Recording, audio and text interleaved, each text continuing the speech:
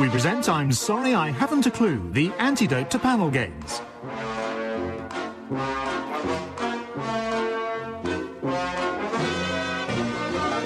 At the piano is Colin Sell, and your chairman is Jack Dee.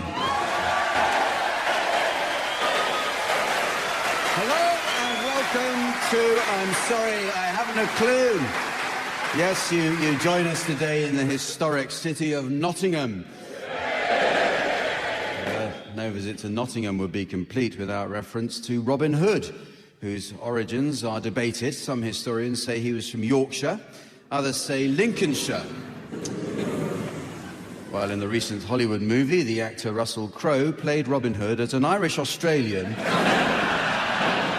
spent some time in Bangladesh and Cardiff.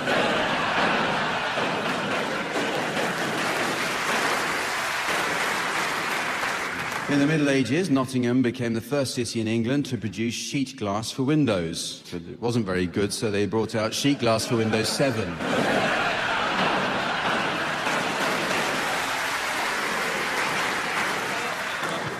Nottinghamshire was diversified in recent years and now boasts Britain's largest snail farm. Soon after it was established, animal rights campaigners broke in and set about letting several thousand snails free. Local police were called, and by the time the response unit arrived, all the snails were long gone.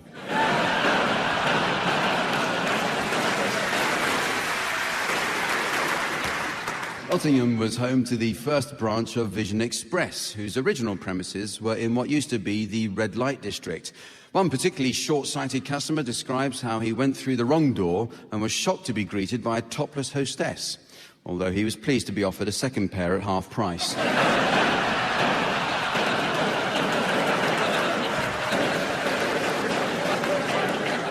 Let's meet the teams. On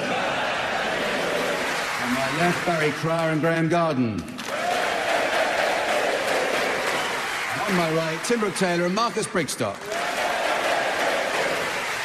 And please welcome our lovely lady scorer who likes to run her finger over the team's points, the ever-delightful Samantha.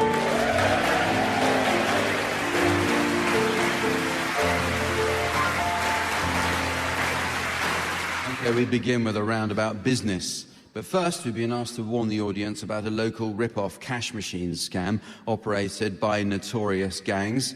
They're called Lloyds, HSBC and Barclays. Okay, teams, I'd like you please to suggest the new companies likely to result from the merger of two or more other companies. Graham, you can start. Heinz Foods are combining with Nissan Cars and Claims Direct to become Heinz Nissan Bumps a Daisy. Tim. EasyJet and Birdseye Peas have merged with Jif to produce Easy Peasy Lemon Squeezy. Marcus. Yes, the Royal Bank of Scotland have joined up with a hydroelectric company and will now be known as I'll be damned. Barry. Firkin Breweries and lastminute.com, last Firkin minute. Very similarly, Bernard Matthews Turkeys and Kellogg's Bran Flakes have combined to produce something that's Norfolk and tasty.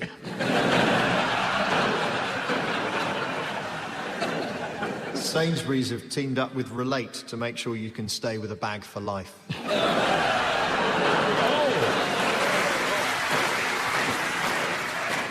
Reggae Sauce and Leon Perrins have combined to become the rise and fall of Reggae Perrin.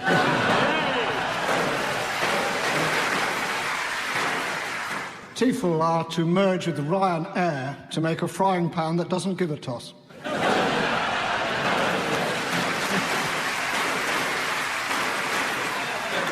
The American rapper Slim Shady has bought the rights to Jane Austen's Emma, which will be performing at Marks and Spencer's with Esther Ranson. So do get your tickets for Eminem and Emma at M&S and Esther.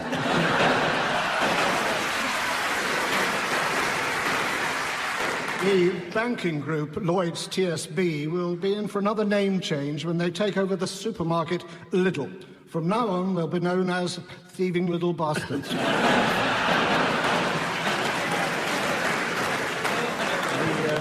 The the ELO and Volkswagen have combined to become ELO, folks. The Lady magazine is going to merge with Northern Rail, National Express and EasyJet to produce an easy Northern lady that looks like a bus and goes like a train.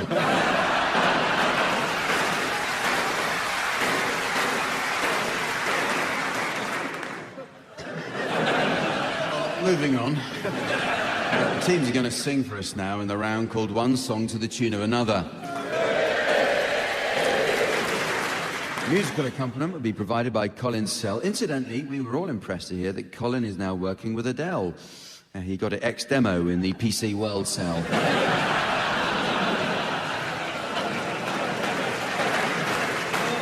We'll start with you, Tim. I'd like you to sing the words of On Top of Spaghetti to the tune of Marlene Dietrich's Falling in Love Again.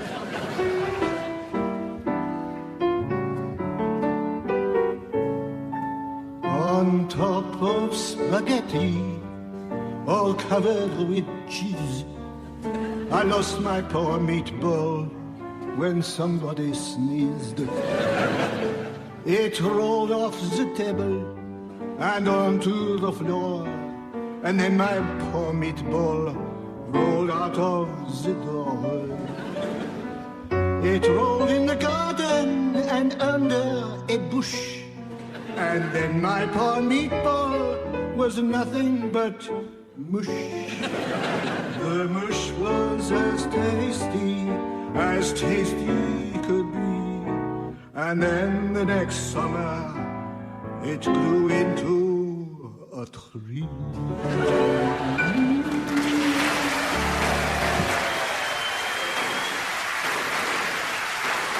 Barry, I'd like you to sing the words of the Jim'll Fix It theme to the tune of Summertime.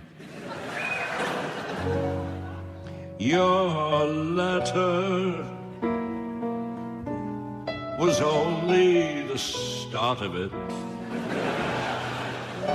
One letter, and now you're part of it.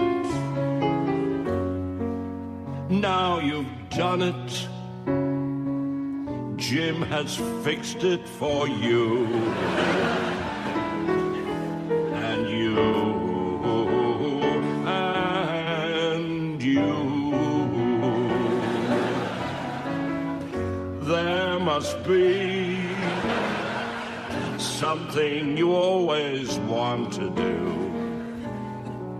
The one thing that you always wanted to.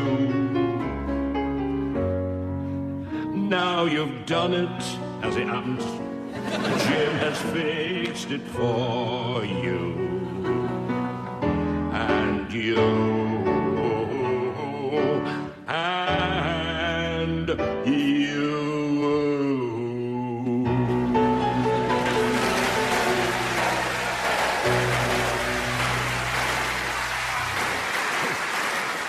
Rather lovely, wasn't it? Until we all remember Jimmy Savile. So, your turn now, Marcus. I'd like you to sing the words of Common People by Pulp to the tune of If You're Happy and You Know It.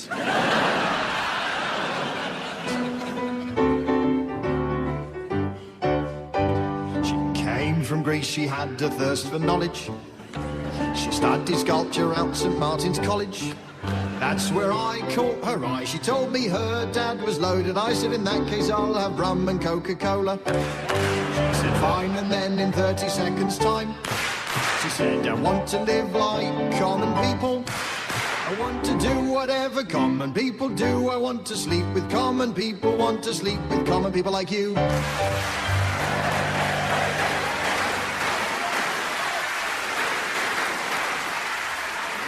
And finally, Graham, I'd like you to sing the words of My Old Man's a Dustman to the tune of La Vie en Rose.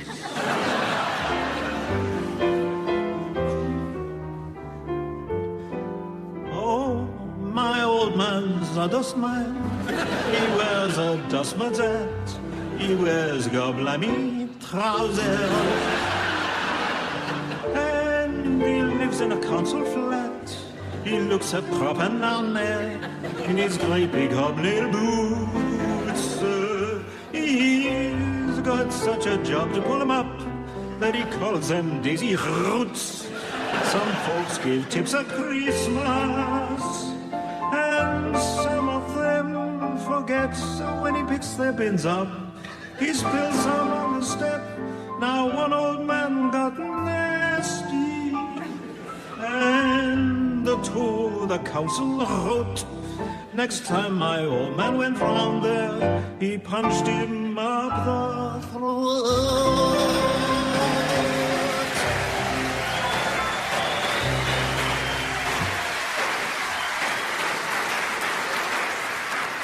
We have a cloth for Graham's microphone, please.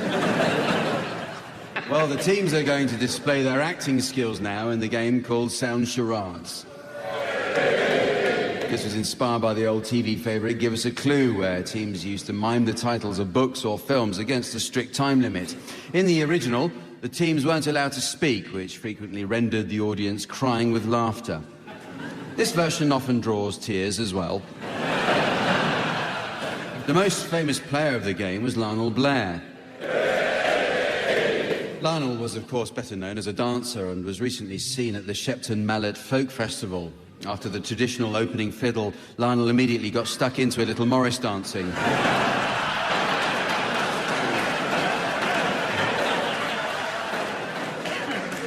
Tim and Marcus, you're to start, please. Your title will shortly be displayed to the audience via the laser display screen. And for listeners at home, here's the mystery voice. Little Fockers. Little Fockers. So you're guessing this one, Barry and Graham, so off you go, Tim and Marcus. It's a film, and it's 2 words, and it goes like this. Hello, fancy seeing you here. Isn't this an excellent museum? Oh, it's terrific. Did you know it's the first miniature museum of its kind? All the exhibits are tiny. This is my favourite. Really? Those miniature replicas of Geoffrey Archer, Piers Morgan, Sir Fred...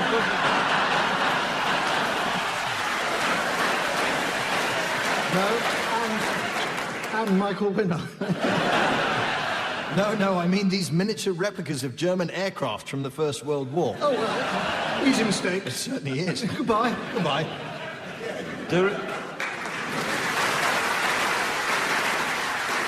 Little Dorniers, little Heinkels. I think it's Little Fockers. So your turn, Barry and Graham. Your title's now being exhibited on the display board. And once again, the mystery voice for listeners at home. Thor. Thor. This is a film, and it's 1 word. Dougal. Hamish, you'll have had your tea. Never mind tea. Let's go snowboarding. No, we can't. It's all gone. Oh. Goodbye.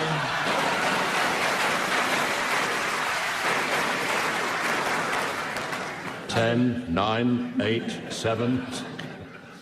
He can count backwards. At that speed, it sounded like he was going with his pacemaker. Every time I fart, the garage door's open.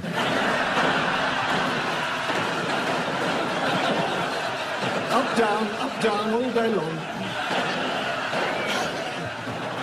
Meltdown. No.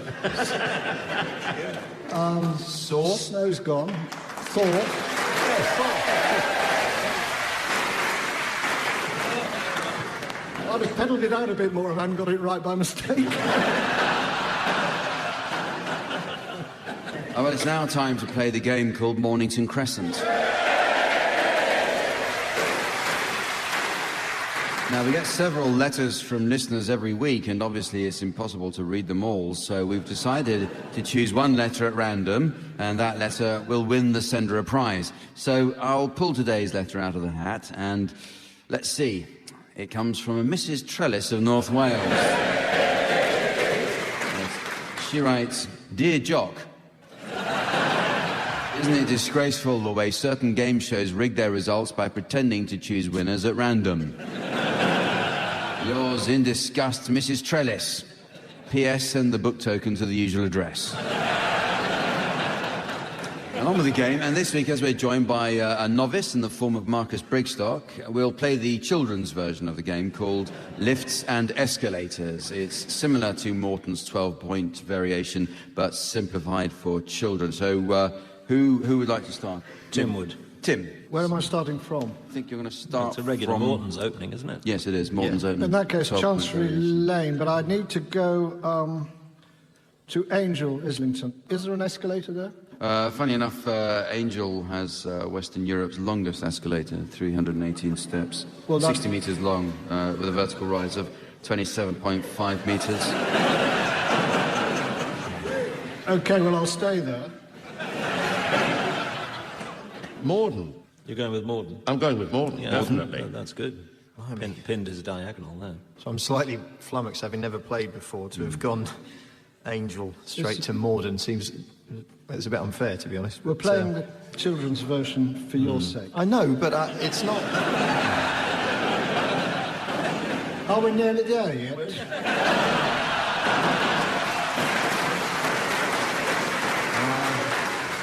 I want to wee. You've got an Xbox. Yeah. Barry wasn't joking. He wants a win. Nothing to do with the game at all. So, Marcus. Yes, Sorry. I We'll be patient, Marcus, don't worry. You're doing very messed up. well. Can I, Well done. Yes. Well done. Hampstead? Hampstead. No, be serious. Oh, I don't know. No, you can accept. Hampstead's all right. Has the deepest lift shaft at 181 feet, Hampstead. So it was a good choice. Well, it's not why I chose it, but I'm pleased. Always best to wait for the lift before stepping in. Don't make the same mistake that I did. Quicker, though, isn't it? Yeah.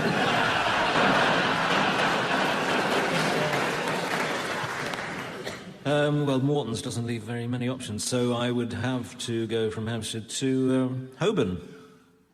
Holborn. Nice one. Oh, gosh. Yeah? Have they got a lift there? No, has the fourth longest escalator. It's, 49 metres long. Well, I'm going to go to Knightsbridge. Go to Knightsbridge. Yeah. Knightsbridge has the fifth longest escalator. 40 metres long. Right. Knightsbridge, no, move back across. Morton's, isn't it? Westminster. Westminster, you're choosing Westminster. Good Yep. choice. That's the sixth longest escalator. It's 32 metres long. I'm going to say Hainault. That's good. Hainault. That is a good one. No need Oh, for language. right. No, that's... Very good. Thanks, Barry. You get the hang of this. That's right, audience. Patronise him. Patronising means talking down to people.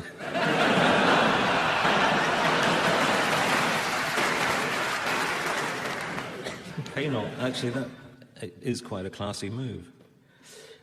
Which doesn't leave many options on that particular diagonal unless I go outside the loop, Yeah. which would really take me to Holloway Road. Mornington Holloway Crescent. Road. Mornington Crescent.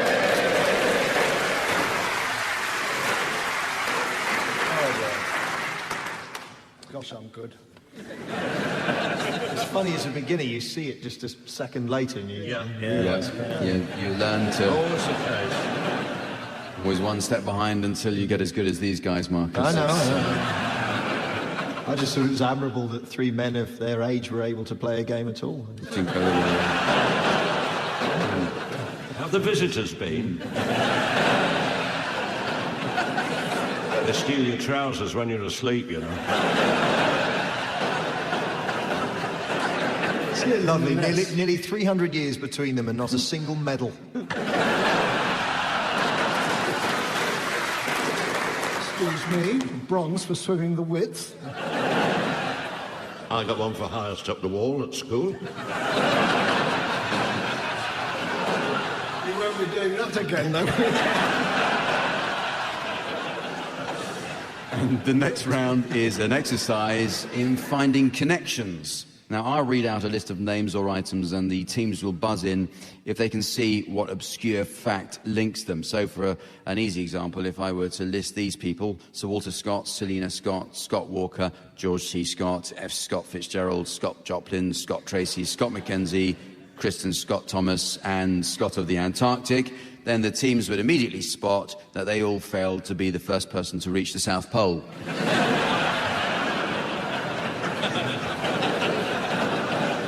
I will read out a list, and the teams should try to identify a connection between the listed items. Okay, we'll start with you, Marcus. Can you connect the following? Extended, mixed, dead, dormant, active, implicit, simple, and tight. Types of Scottish person.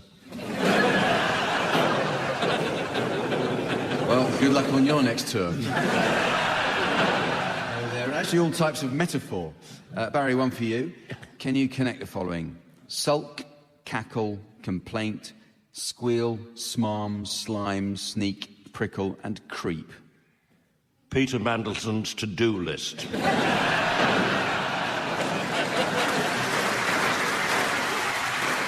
fact, they're all collective nouns. Graham, how about these? Blue, grey, brides, pilot, melon, strap-toothed, pygmy, killer, and sperm. Visibility good, rising.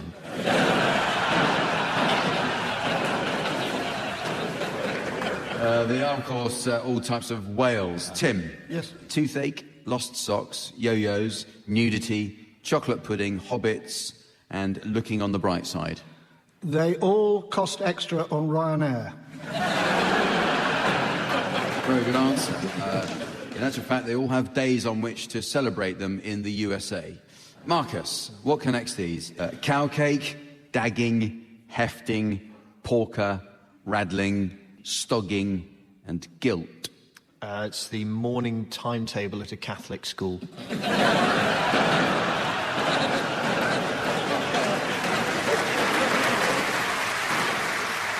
Actually, they are all farming terminology.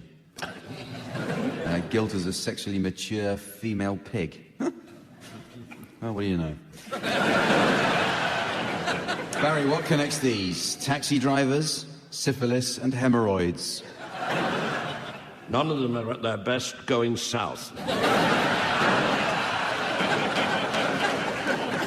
I'm told that Sam Fiacre is the patron saint of all of them. Graham, what's the connection between the following? Dancing, Chinese food, a glass of wine, a bumpy car ride, nipple stimulation, balsamic vinegar, kneeling on all fours. That's a good night out in Derby.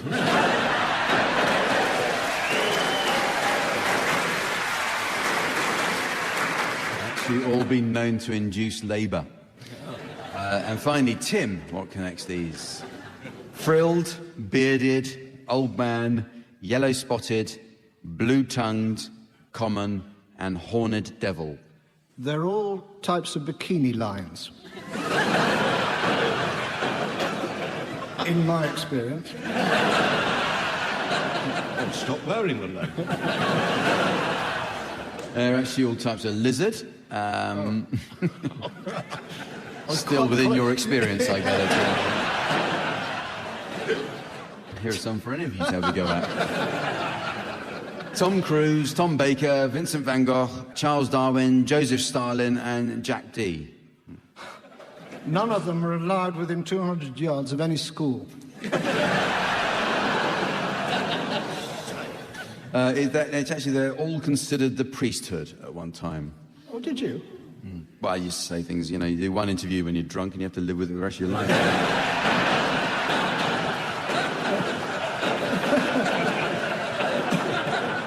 About this, the visit to my beloved, away from home, I creep about, oh beloved cheeks, behind the door, whoop, must there be a parting? Those are all classifications of fart.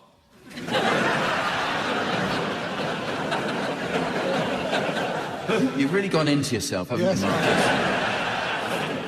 It's the coming out again that hurts. They're actually all compositions by Brahms. Oh. Same thing, really. So, ladies and gentlemen, it's very nearly the end of the show, but there is just time to squeeze in a round of Heston services. This is where the teams imagine that celebrity chef Heston Blumenthal actually runs the motorway services that share his name. The teams researched this by stopping off at a service area on the way here, where Barry Cryer was offered AA membership in the car park.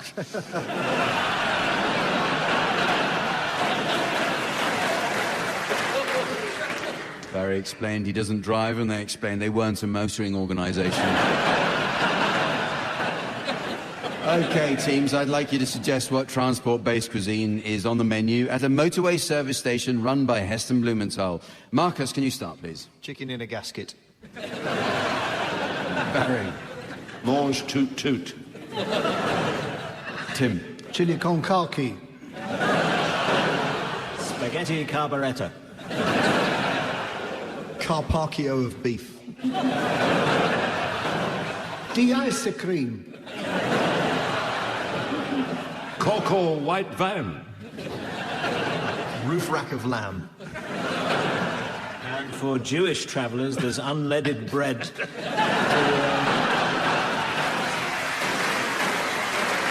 And that's to celebrate the Feast of the Overpass.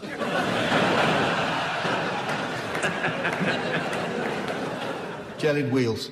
And those who enjoy Korean cooking, there's Rover.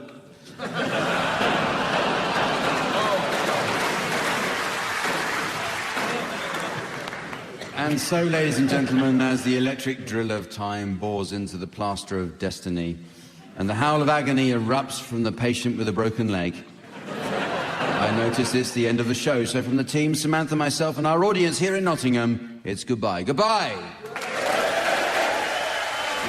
Barry Cryer, Graham Garden, Tim Brooke-Taylor and Marcus Brigstock were being given silly things to do by Jack Dee, with Colin Sell setting some of them to music. The programme consultant was Ian Pattinson, and the producer was John Naismith.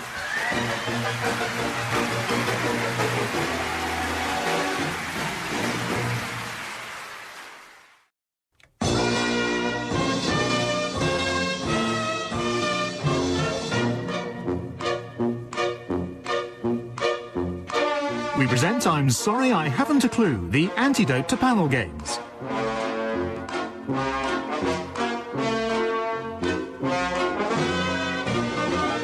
At the piano is Colin Sell, and your chairman is Jack Dee. Hello and welcome to I'm Sorry I Haven't a Clue. You join us today in the county of North Yorkshire as guests of Grassington Festival. The village of Grassington is in Wharfdale, which was once famous for lead mining. It was the quality of Wharfdale lead that made possible the production of powerful car batteries and put British motor manufacturing where it is today. In a warehouse near Shanghai. The local Victorian engineer, Joseph Brammer, invented the Yorkshire beer pump, which oxygenates beer as it pours. This is why beer in the north of England has a thick, frothy head which sticks to the side of the glass, while in the south it's served properly.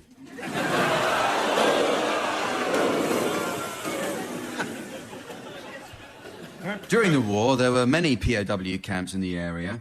The large German camp near Linthorpe is remarkable for the first recorded escape attempt on British soil when a tunnel was dug with a soup spoon by a Waffen-SS Gruppenführer. In the opinion of the British officers there, he should have hanged for what he'd done, using a dessert spoon before his main course cutlery. A second attempt was more successful in 1944. After several months of secret digging, a determined German platoon from Ebden camp disappeared into a large hole. Middlesbrough, I think it was. Now, this part of Yorkshire is noted for its high-speed internet connection. However, this did nothing to help the local... I wasn't trying to rub your nose in it. However, this did nothing to help the local population in their bids for London Olympics tickets. How disappointing must it be for people here to end up with tickets for some obscure event that no one else wants to see? Let's find out. On my left, Barry Cryer and Graham Garden. On my right, Brooke-Taylor and Jeremy Hardy. And taking her place next to me, please welcome a lovely lady who's scored on more desks than anyone can count. The delightful Samantha.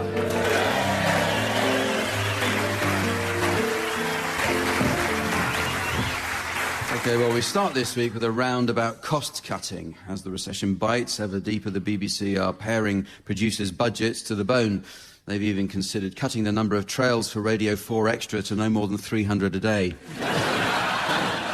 Well, these cuts go right across the entertainment media, so teams, I'd like you to suggest the titles of movies, plays and radio or TV shows being remade on a shoestring. Tim, will you start? 7 Brides for £7. Jeremy. Ready Breck at Tiffany's. Graham. Night of the Dead Dead.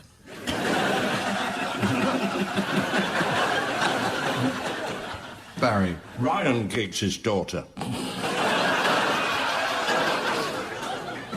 Guy and Doll. Around the Wirral in 80 days.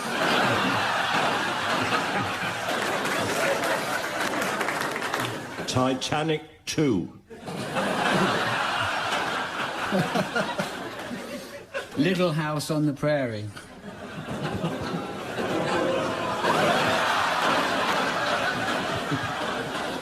Alice in Poundland. The Burger King and I. Not bothering to look for Nemo. Third in line to the throne, Kong.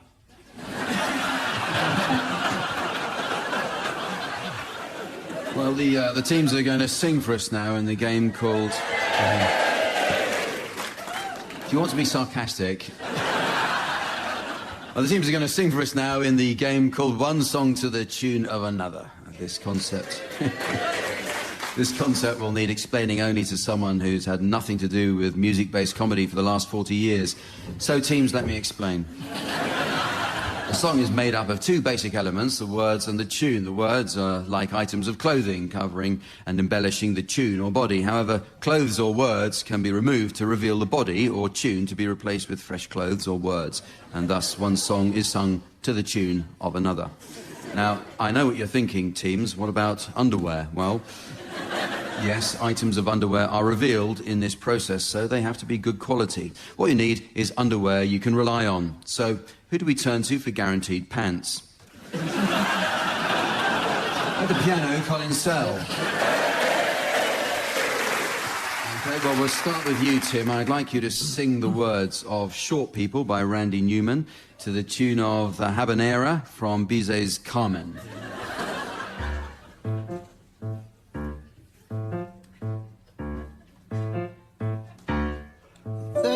Little hands, little eyes, they walk around telling great big lies. They got little noses and tiny little feet. They wear platform shoes on their nasty little feet. Well, I don't want no short people, don't want no short people, don't want no short people around here. Short people, and just the same as you and I.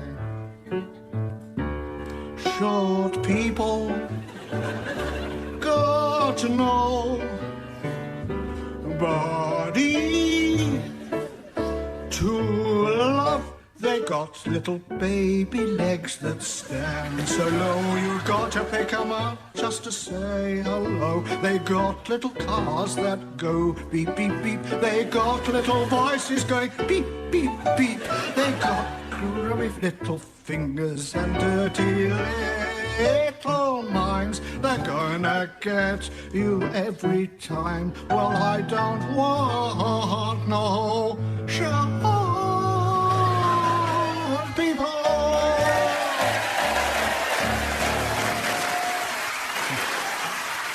Tim, offensive lyrics, if you ask me. You now, Barry, I'd like you to sing the words of Girlfriend in a Coma by the Smiths to the tune of On Ilklem Moor Bartat. Here we go.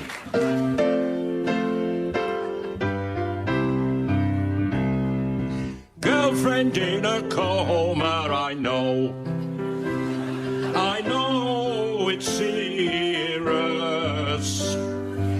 girlfriend in a coma. I know it's really serious. There were times when I could have murdered her, but you know I would hate anything to happen to her.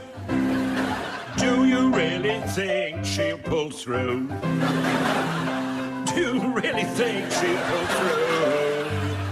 Girlfriend in a coma,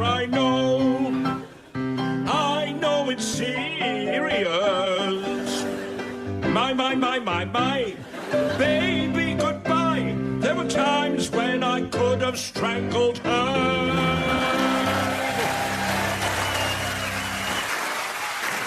That's Barry Cryer, ladies and gentlemen. Well, you can take the man out of Yorkshire, and we promise we will straight after the show.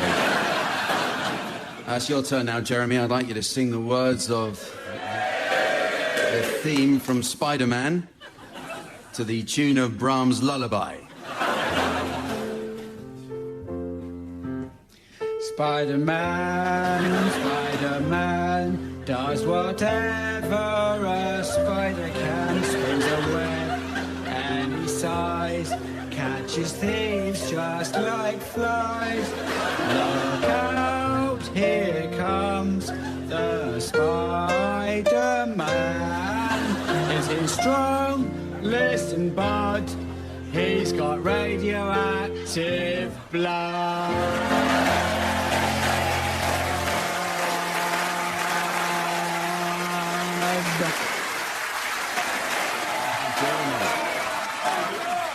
Don't take the piss. It was meant to be a lullaby. It'd send the dead to sleep, wouldn't it? And finally, Graham, I'd like you to sing the words of Horny by Moose T to the tune of Bob Dylan's Blowing in the Wind.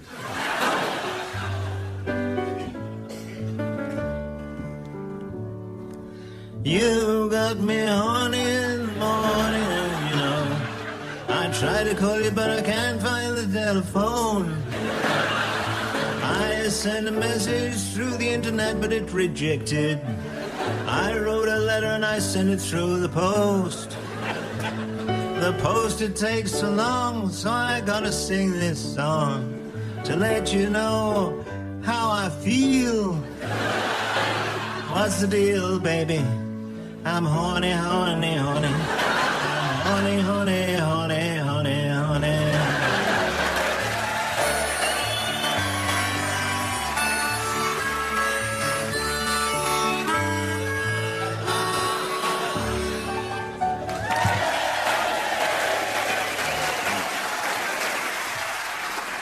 The next game is called Word for Word, and it's a word game all about words. One team should start by taking turns to exchange a random series of words which must be totally unconnected. Tim and Jeremy, you can start exchanging your unrelated words, while Barry and Graham should challenge to take over play if they detect a connection. So off you go, Tim and Jeremy. Cantaloupe. Brass. Crumpet. Bolster. Forceps. Hemorrhoid. Charabanc. Graham. Well, one of the side effects of long charabanc trips, as is well known, are hemorrhoids. Yes? I'll take your word for it, Graham. I think it's over to you. Are you sitting comfortably? Yeah. Right. That's my word. Oh, that's your word. Hesitation. Tim, I could give you hesitation. Wrong game, I think. I use it in every round. Yeah. No, still with Tim. Right. What? No, sorry, we were with whatever your name is. Still with Graham. Me. Yes. That was my word. Oh,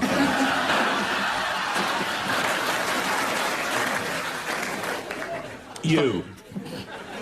Gravity. Halitosis. Ox. Bow. Incident. Larynx. Jeremy. The Oxbow incident was a crisis that took place in the early 60s under the Kennedy administration. No, that's not correct. Oh, never mind then. You It's carry on. filmed with Henry Fonda, actually. Was it? We often discuss it at my local Get a Life club. So it's an incorrect challenge, Jeremy. Yes. Bad luck, Jeremy. Thank you, Jack. It's still with Graham and Brad Pitt. Go. That's my word. That's definitely repetition. Okay, Tim, I'll give you that. That was a repetition of, even though it's the wrong game, but we'll... Butterfly. Brain. Oh, I don't need to... Repetition. No. I don't need to buzz. Deviation. Staple. He said brain. What? He said two things. Doesn't matter. Departure from sanity. What's going on? I just don't care. What's this round? Whatever it is, it's over.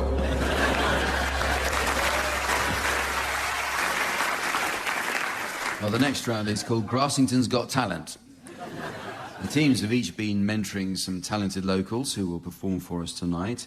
You, the audience at home, shall choose who goes through to the next heat of the competition. So, Barry and Graham, can you introduce our first act now, please? Oh, this is a great act. The great Digesto, the human dustbin. That's right.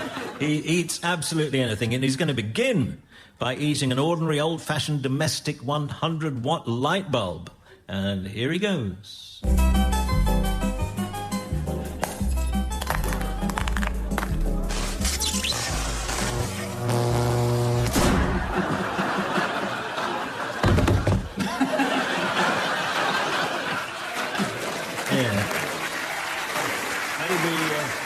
Maybe you should have unplugged the light. But a beautiful display, though, wasn't it? Sparks and everything. Lovely. Yeah, lovely. Please don't try this at home, ladies and gentlemen. Jeremy and Tim, can you introduce the next act? Yes, please welcome a fantastic display of escapology now, ladies and gentlemen, from the great Escapo. His handcuffs are being fitted, and also to his feet, and they're locked.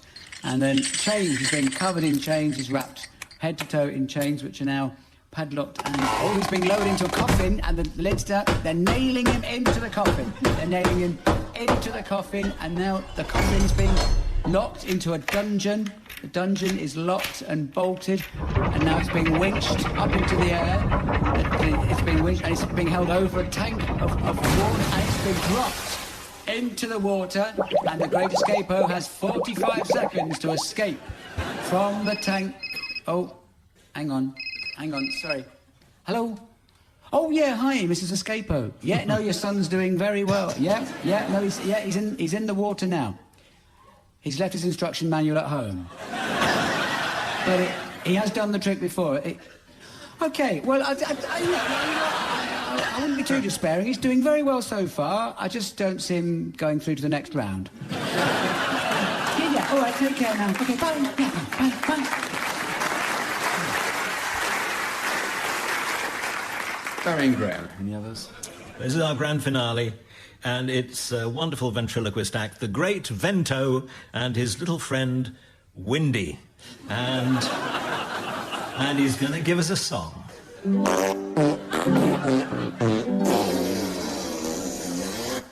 You never see his lips move.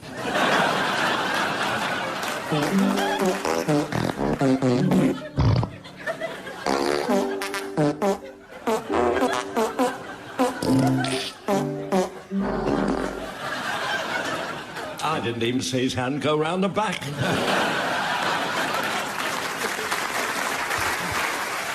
Well, phone lines are now open, and do remember, if you're not the bill payer, calls are effectively free, so why not ring your mates as well? The next round takes a look at programme titles. Programme producers can be remarkably lazy in their choices of programme title, often resorting to a weak play on words. So, teams, let's give them a 21-pun salute. I'd like you to share what lazy radio or TV show titles you've spotted recently, Tim. 9 o'clock tonight on Channel 5, 29-year-old Heather Wilson has to decide how to spend her hard-earned money. Is it to be a holiday in Monaco or the breast enhancement she always promised herself in Monte Carlo or bust?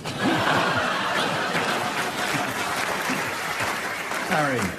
Robert Winston, tonight on BBC One, discusses the misery of constipation and other self-cures. That's Wake Up at the Back, tonight at 9 o'clock. Jeremy. And later on Radio 4, a new series in which bankers describe their feelings about the taxpayer. That's Up You and Yours. Graham. In tonight's controversial documentary, we follow Lord Sugar as he makes preparations to be cryogenically frozen in liquid nitrogen. That's Icing Sugar, tonight on BBC One and BBC One.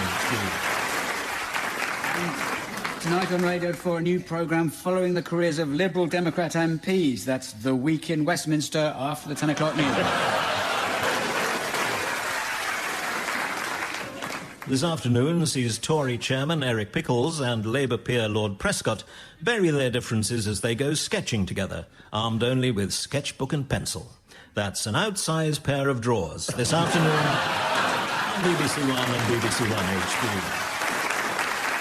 The next round is about letter writing. The Prime Minister has famously received a letter criticising his funding of the armed forces written by 6 former generals. He was understandably outraged. What do 6 formers know about forces funding? Barry and Graham, I'd like you to start by composing a letter from James I of England and James VI of Scotland to Yorkshireman Guy Fawkes. Then Tim and Jeremy, you'll come up with a reply and so on. However, the challenge is that the letters must be constructed by each panellist, alternating one word at a time. So off you go, Barry and Graham. Dear Heavens, I am astonished at your behaviour. You were seen in the Houses of Parliament carrying a large yet inconspicuous barrel of fish. I was amazed to realise that you are a Yorkshireman. Although Let me say right away that I realised that you are a Yorkshireman when I saw the sight and sound of your accent. and Furthermore, I also realised that you were a Yorkshireman when you took umbrage when I said umbrage. and Also I said that you were a Yorkshireman and furthermore a very naughty Yorkshireman because you tried to blow my credibility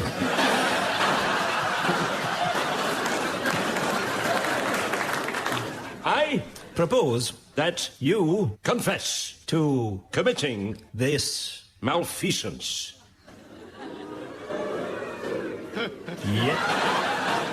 Yes, Malfeasance so by for now yours King.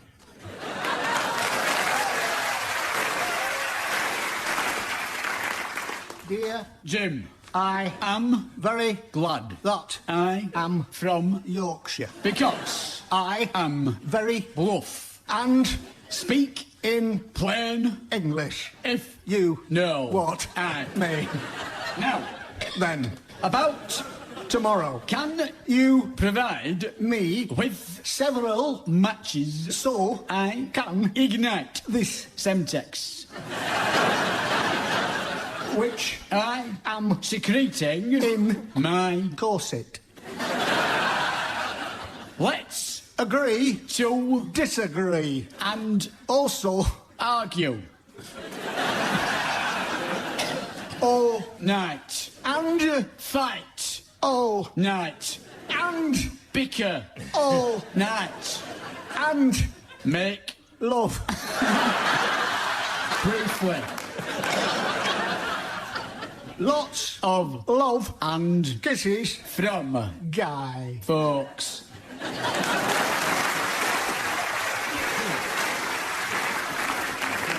Well, it's music time again with Swanee Kazoo. This is where the teams duet, combining the soothing glissando of the Swanee whistle with the startling rasp of the kazoo. Musical accompaniment will be provided by Colin Sell. By the way, if anyone has old videos from the glam rock era, they might spot Colin playing in mud at Glastonbury. It took his mother weeks to get those trousers clean. So, Tim and Jeremy, you can start, and I'd like you to provide us with a rendition of The Blue Danube to feature Jeremy Hardy on the kazoo and Tim Brooke-Taylor on the Swanee whistle.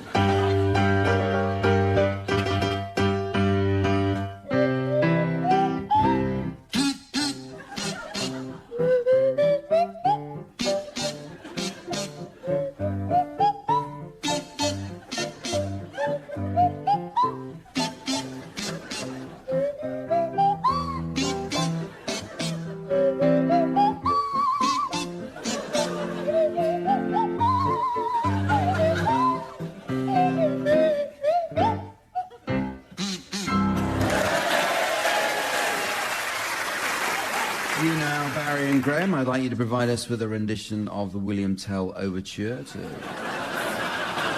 feature Barry Cryer on the kazoo and Graham Garden on the Swanee whistle.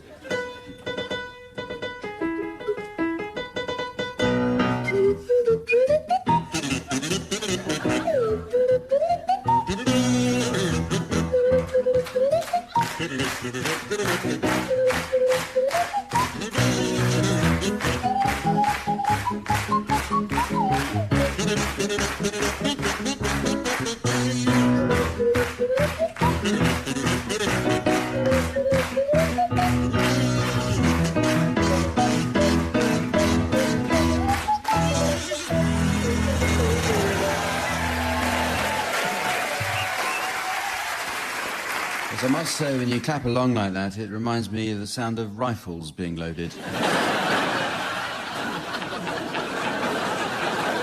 I got quite carried away with some thoughts that I'm not proud of. Well, it's very nearly the end of the show, but there is just time for the Anatomist Songbook. Our very own Graham Garden was considered an exceptional student when he was taking his medical degree. And in anatomy classes at Cambridge, they still study an essay he wrote on livers and kidneys. That was during the great 1960 paper shortage. OK, teams, could we please have your suggestions of song titles that would delight students of human anatomy? Jeremy. The Long and Winding Road. Barry. Obla-dee, Obladder. Tim. Love Me Tender, sung by Urethra Franklin. Graham. Cry Me a Liver. A Womb with a View.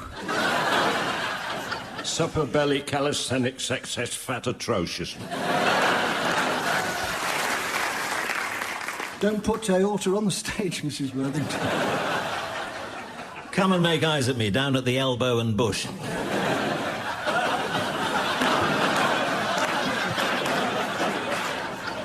You're a testicle? No. Hit thyroid, Jack.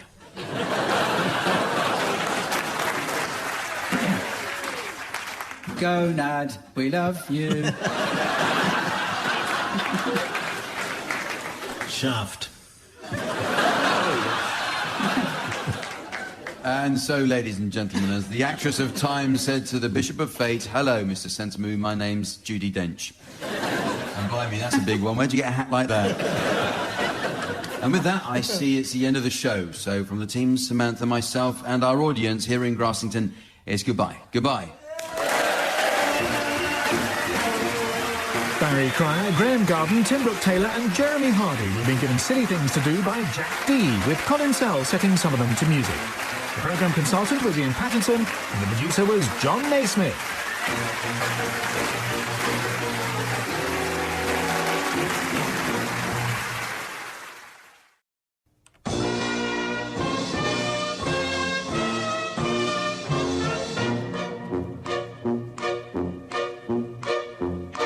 We present I'm Sorry I Haven't a Clue, the antidote to panel games.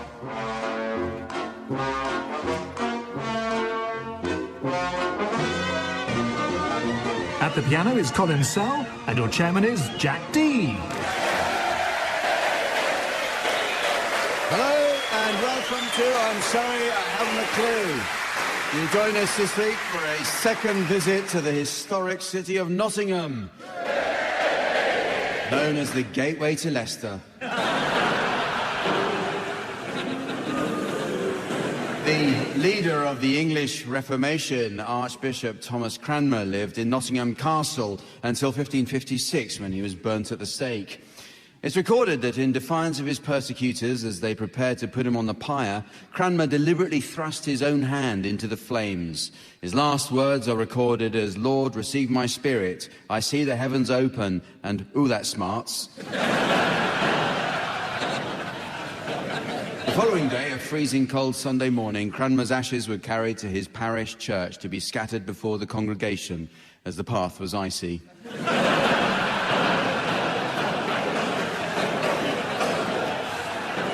It was the evil King John who built Nottingham Castle. He died in 1216 of dysentery while visiting the Royal Oak Inn in Newark.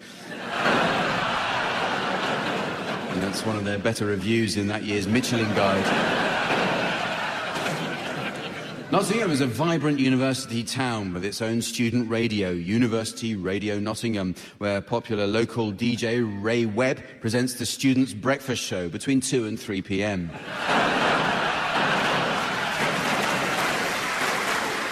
Nottingham's twin towns include Ljubljana, the capital of Slovenia. During a goodwill visit in July 1991, the twinning panel became trapped in their hotel, pinned down by small arms fire.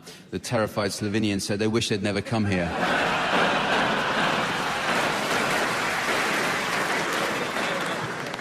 Nottingham boasts a proud theatrical history. In the 1920s, the Music Hall of Varieties was established as one of the greatest entertainment venues in the Midlands. However, the popularity of music halls soon declined, and what must life become for fading performers when their tired routines have gone out of fashion? Let's find out. On my left, Barry Cryan and Graham Garden. And on my right, Tim Brooke-Taylor and Marcus Brigstock. And placing her comfortable seat in the best position to enjoy the action, please welcome our scorer, the ever-delightful Samantha.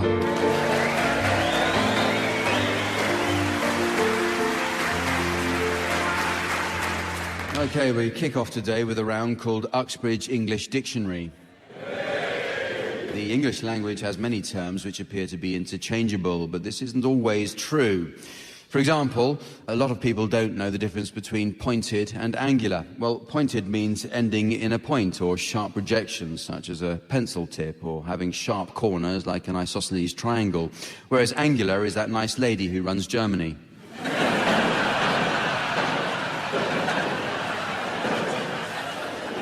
The words are constantly changing their meanings, team, so I'd like you to share with us any new definitions you may have spotted recently. Tim, you can start. Interlude, a mucky person. Graham? Cardiology, the study of knitwear.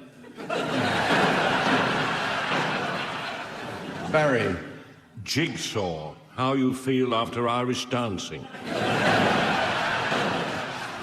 Marcus? Delivery, the outfits of the palace staff, innit?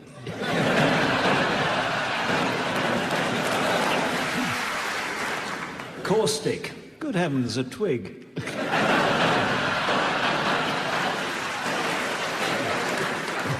Geranium, what florists shout when they jump out of a plane. Oxymoron, 8 members of the BNP.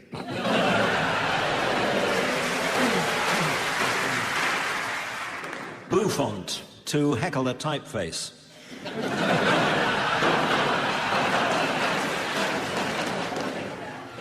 Margate, TV celebrity scandal.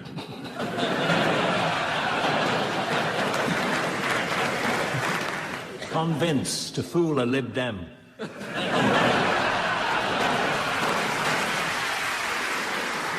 Hairspray, incontinent German.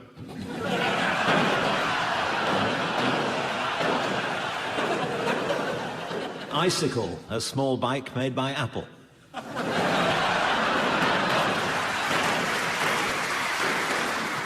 Well, the teams are going to sing along with some well-known discs now in the round called Pick-Up Song. Samantha is back at the turntable and ready to give the discs a spin. You should sing along, teams, until at my signal Samantha turns the volume down. If, when the music returns, you're within a gnat's crotchet of the original, I'll be awarding points. And points failures mean delays at crew. What do points mean? This week's prize is sure to delight every atheist DIY enthusiast who likes to use high-quality power tools. It's this professional cordless secular saw.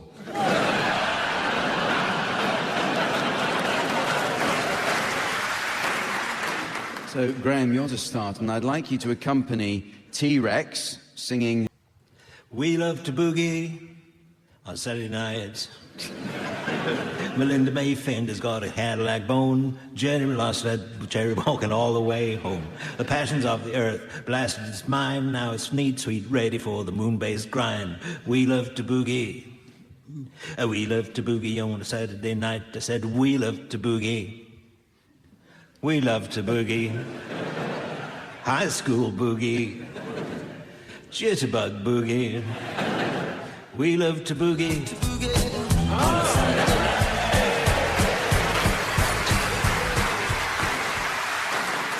You're next, Tim. I'd like you to accompany Adam Faith singing What Do You Want? What do you want if you don't want money? What do you want if you don't want gold? Say what you want and I'll give it you, darling. Wish you wanted my love, baby. What do you want if you don't want ermine? What do you want if you don't want pearls? Say what you want and I'll give it you, darling. Wish you wanted my love, baby. Well, I'm offering you this heart of mine, but all you do is play it cool. What do you want, oh boy? You're making a fool. You're making a fool of me.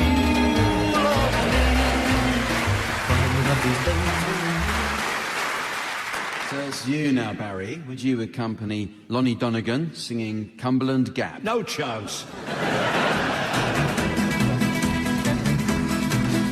Well, Cumberland Gap, 15 miles on the Cumberland Gap, Cumberland Gap, Cumberland Gap, 15 miles on the Cumberland Gap. Well, the Cumberland Gap ain't nowhere, 15 miles from Middlesbrough. Cumberland Gap ain't nowhere, 15 miles from Middlesbrough. Cumberland Gap, 15 miles on the Cumberland Gap, Cumberland Gap, 15 miles on the Cumberland.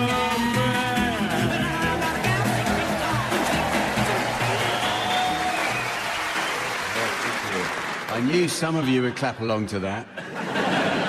I saw the coach pull up.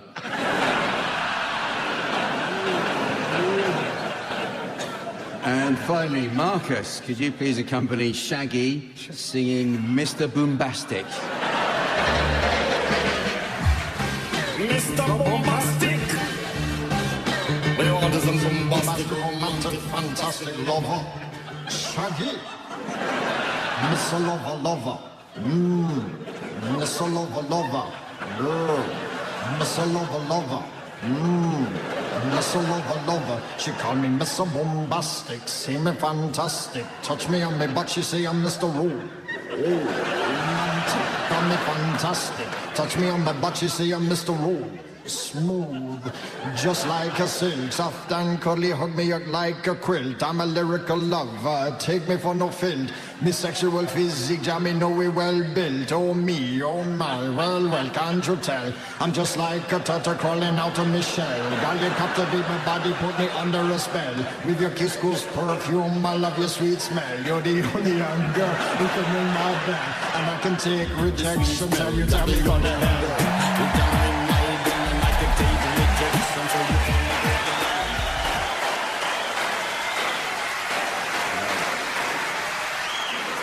Well done, Marcus. That's remarkable. And, of course, what listeners at home missed out on was seeing Barry spinning on his head. Can somebody help him up? It's the best Jimmy Savile I've ever heard. The next round involves the cult of celebrity. It's become the habit recently for many tired old shows to bring a well-known celebrity into the cast to try to revive the format with their reflected glory.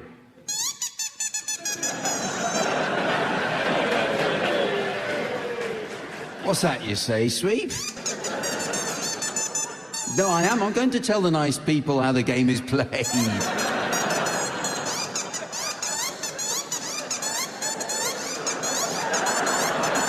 All right, calm down, calm down.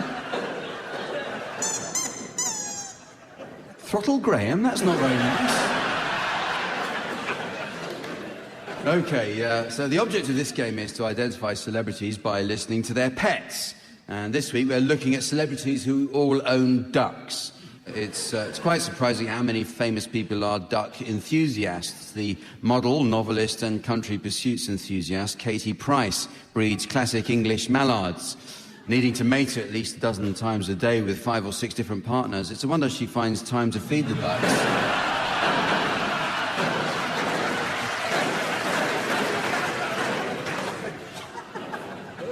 Okay, each team member has brought with them a duck with a celebrity owner. Tim, you're to start, and the identity of your duck's owner will shortly be displayed to the audience via the laser display screen. And for listeners at home, here's the mystery voice. Winston Churchill. Winston Churchill. So, Tim, would you be good enough to make your duck quack now, please?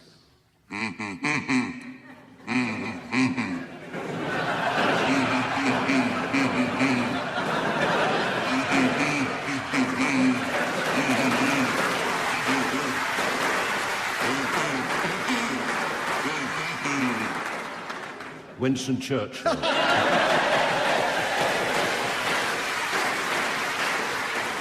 Well done, Barry. Yeah, it's good. Well, it's your turn, Barry, now. The identity of your duck's owner is now being exhibited for the audience here. And once again, the mystery voice for listeners at home. David Frost.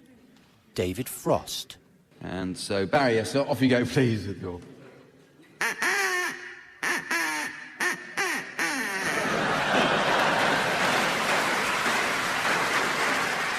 Is it Bruce Forsyth? Hello, good evening and welcome.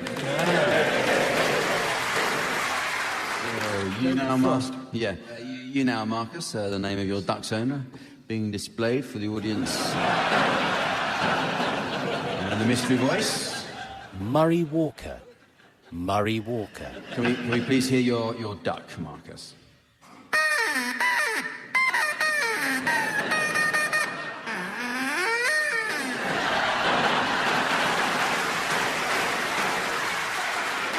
I don't know what it's been eating, I have to say. It's a sort of... Yes. Sort of Dalai Lama. More excited than the Dalai Lama. Very excited. There's an ooh at the end, a sort of ooh. It's just the noise the duck makes when he goes round the pond. Is that a Formula One duck, by any chance? It is indeed. Is it Murray Walker? So finally, Graham, the identity of your duck's owner is now being displayed. And for listeners at home, the mystery voice. Janet Street Porter. Janet Street Porter. So, off you go, Graham.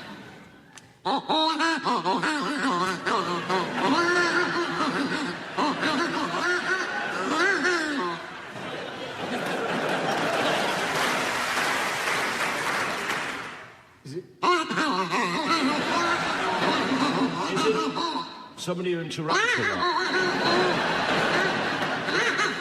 A dogged interrupter.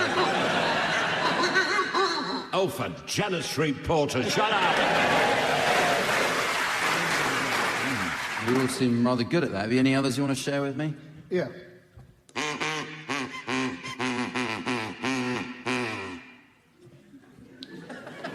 Something to do with the news. No, that was my duck.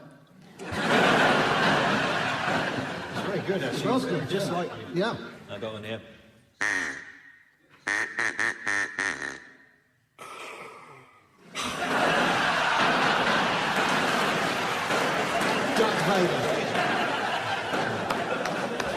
was Duck Vader, yes, well done. The next game is called Cheddar Gorge. We get many inquiries asking how Cheddar Gorge got its name. Well, it's a gorge near the village of Cheddar. And hence the name Cheddar Gorge. Always glad to be of help. The names of parlour games come from various sources. Ludo is the Latin word for I play, and for a while became nearly as popular as quis dat iectare, the Latin for who gives a toss.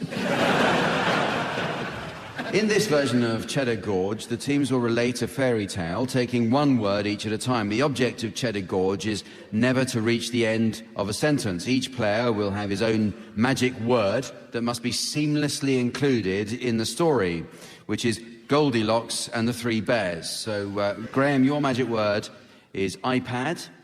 Marcus, your word is Brazilian. Tim, the word that you must get in is stethoscope. And Barry, your word is porridge. So,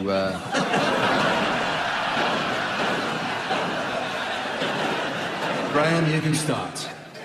Once Upon a time There was a Brazilian girl who loved to go and seek bears in. a small forest. However, she Didn't like her stethoscope.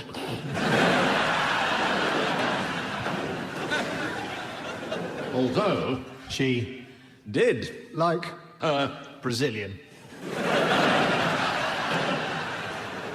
iPad.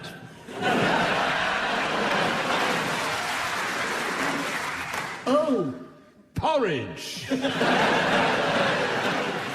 Said the little maid when She went to the kitchen and found Goldilocks eating some fresh Brazilian. porridge.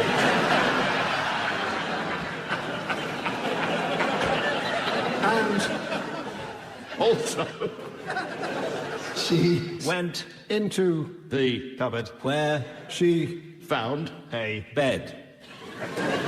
which was 2 Feet. to porridge. Nurse, nurse. repetition. That's the end of that round. Well, we move on to take a look at the world of insults and put-downs. Showbiz critics can be especially cruel. One recently described Barry Cryer as a well-oiled comedy machine, which is absolutely disgraceful. Fancy calling Barry a comedy machine. Okay, so I brought with me a selection of incomplete insults. Your job, teams, is to finish them. So, Marcus, you could start with this one, please. If I'd wanted to hear from an arse, I'd Have called BT broadband customer support.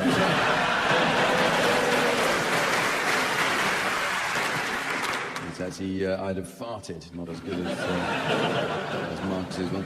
Barry, here's one for you. Benjamin Disraeli about William Gladstone, a sophistical rhetorician, inebriated with the exuberance of his own verbosity and gifted with an egotistical imagination that can at all times Piss you off. can at all times command an interminable and inconsistent series of arguments to malign an opponent and to glorify himself. Very similar to what I say. Graham, Oscar Wilde one this time. Some cause happiness wherever they go, others Are complete bastards. Well, in his own way, that is what he said. He said, some cause happiness wherever they go, others whenever they go. Tim, can you complete this one? You're so ugly that when you were born, the midwife... Thought you were a hot water bottle. The midwife slapped your mother.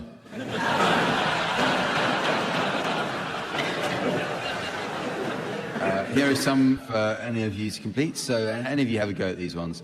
You know I could have been your dad, but... Your mother said there was a queue.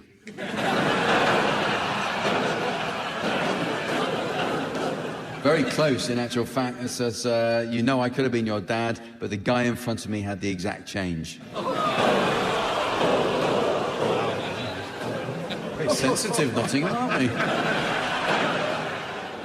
That shirt looked better on eBay. On the hanger is the... finally, you're so ugly that if you stuck your head out the car window... The student protesters would poke you with a stick.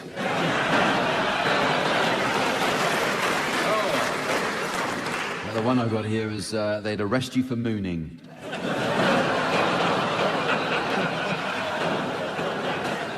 So it's music time again with Swanee Kazoo. This is where the teams duet to combine the silky smooth glissando of the Swanee whistle with the grating rasp of the kazoo. Once considered an odd combination, the Swanee whistle and the kazoo now go together as naturally as Ronnie and reggae. Tim and Marcus, you can start, and I'd like you to provide us with a rendition of the Pizzicato Polka from Sylvia to feature Marcus Brigstock on the kazoo and Tim Brooke-Taylor on the Swanee whistle.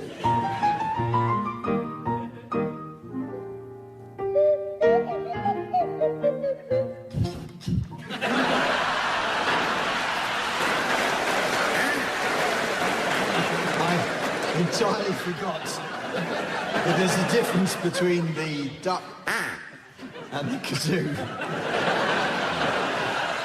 Of course, on the radio, it'll simply sound like I had an asthma attack. What I meant, of course, was...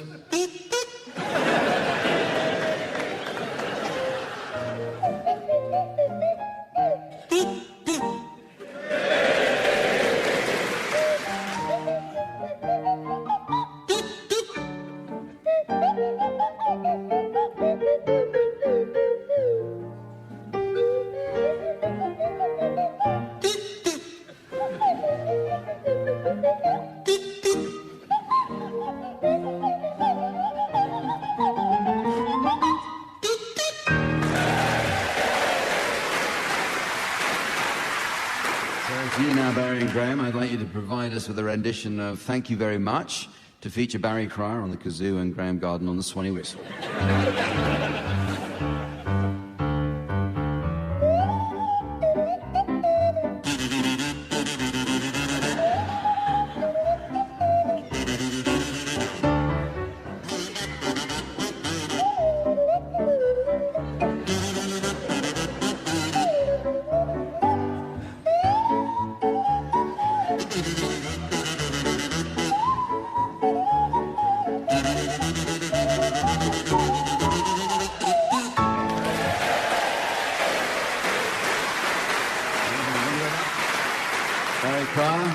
Garden, who gave up a career in medicine to do that. Earlier this year, France banned the wearing of the burqa. On the first day of the ban, a small group of women protested in Paris by wearing their burqas in public and were immediately arrested. They were duly charged, but when they appeared in court, no one could identify them. So they found guilty. This kind of civil resistance has become much easier to organise thanks to the use of social networking sites. In Tunisia and Egypt, social networking enabled the largely peaceful revolutions of the Arab Spring to overthrow oppressive regimes. And similarly, I've been following a Twitter thread called In My Pants. It's a brilliant piece of social satire based on the frequent use of the words in my pants. So, teams, I'd like you to suggest film, TV and radio titles to see if any can indeed be improved by the addition of the words in my pants. Graham, you can start. Gone with the Wind, in my pants. Barry? Guess who's coming to dinner?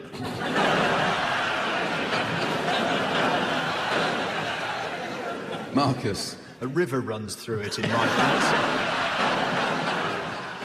Tim? Finding Nemo in my pants. The Hunt for Red October. Have I got news for you?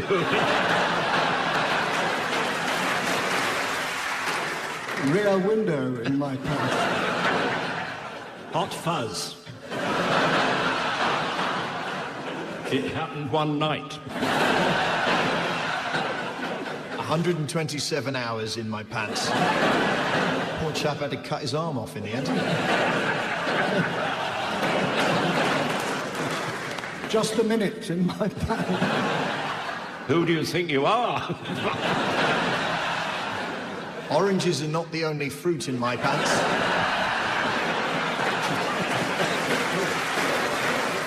The third man in my pants. Battle of the Little Bighorn. The Sound of Music in my pants. Woman's Hour.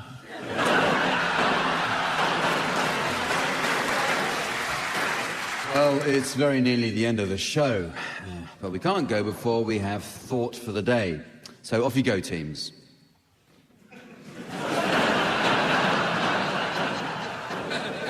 All done?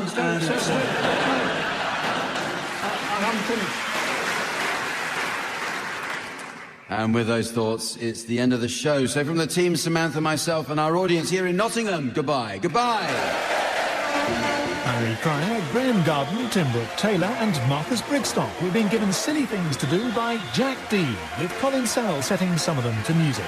The programme consultant was Ian Pattinson, and the producer was John Naismith.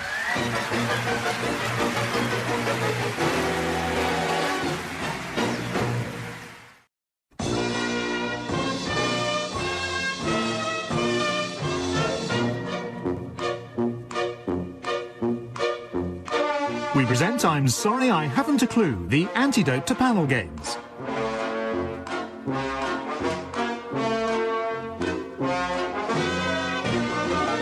At the piano is Colin Sell, and your chairman is Jack Dee.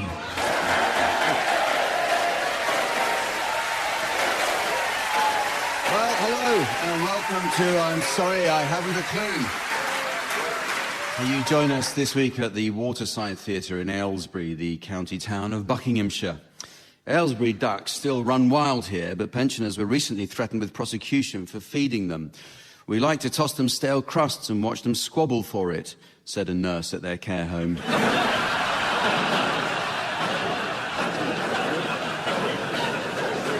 In the 1820s, an Aylesbury man became Britain's first forensic scientist. It was Gresham Elliott who devised a system for the storage and cataloguing of stolen goods in what we now call the British Museum.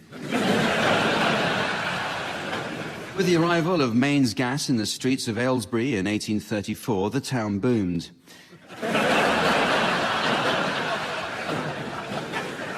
In fact, they heard the explosion in Amersham. In the 1870s, Aylesbury was the home of the first Englishman to visit Lourdes. Reginald Chapman had never walked, but at the age of 47, the town bought him a rail ticket to Lourdes, where he was helped into the water and managed to get out of his wheelchair. The event was reported by the Bucks Evening Herald with the headline, Aylesbury man drowns in France.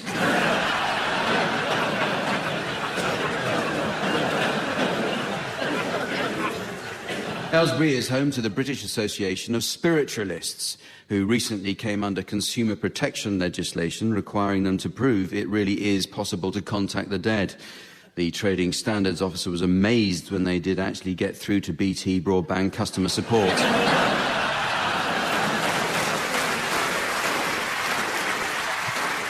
On my left, Barry Cryer and Graham Garden. And on my right, Tim Brooke-Taylor and David Mitchell. And getting ready to enjoy some action on the desk next to me, please welcome our lovely scorer, the delightful Samantha.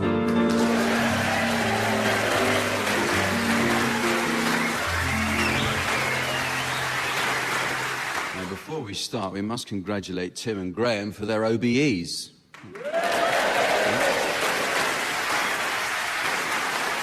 These were awarded to them for their services to the entertainment industry by not making the goodies since 1982. OK, our first round is all about movie titles. The teams are no strangers to the world of movies. Barry Cryer once auditioned for the role of Superman. At least that's how Barry explained in court why he took his trousers off in a phone box.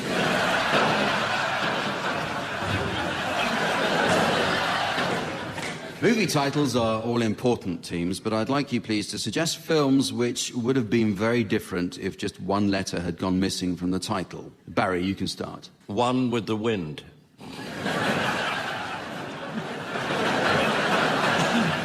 Tim. When Harry ate Sally.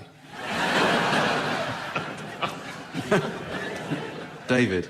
Some lick it hot. Graham. Only angels have wigs. Pubic enemy #1. The Adventures of Robin Who. The Pink Panther. The Turd Man. The Way We Wee. Sleepless in Settle. The Never-Ending Tory. Ill Bill. Mutiny on the Bunty. Zorba the Geek. My Fair Lay. Saturday Night and Sunday Moaning. I was going to take the O out of the Count of Monte Cristo, but... Monte Cristo doesn't really mean anything. Moving on, the teams are going to sing for us now in the round called One Song to the Tune of Another. Now, you'd have to be entirely ignorant of even the basic rules of music and comedy not to understand how this works. So, teams, this is how it works. A song is virtually exactly like a pair of curtains on your window. The curtains or tune can be pulled back to allow rays of light or words to flood in. And then the curtains are drawn across at night, or to put it another way, the words are removed to be replaced by fresh light or new words the following morning. And there you have it, one song to the tune of another. Now, I know what you're thinking, teams. Shouldn't these curtains be lined? Well, yes, indeed they should. But with what? Isn't there a danger your new linings might go out of fashion? So, teams, where do we go to find backing material that's always timeless? Wonder no more. At the piano, Colin Sell. OK, we'll start with you, Barry. I'd like you to sing the words of I've Got a Brand New Combine Harvester to the tune of the Rolling Stones' As Tears Go By.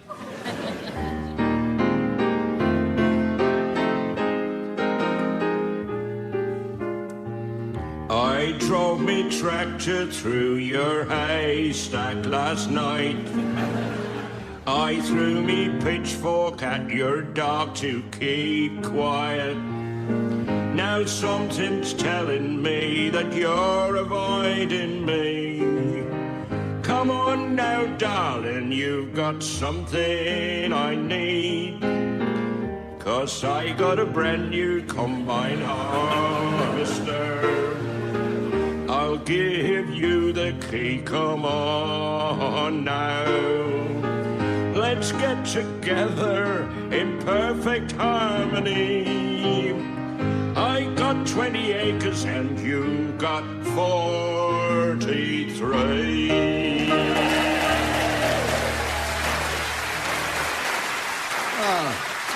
Barry Cryer. It makes you want to have a whip round for Southern Cross, doesn't it?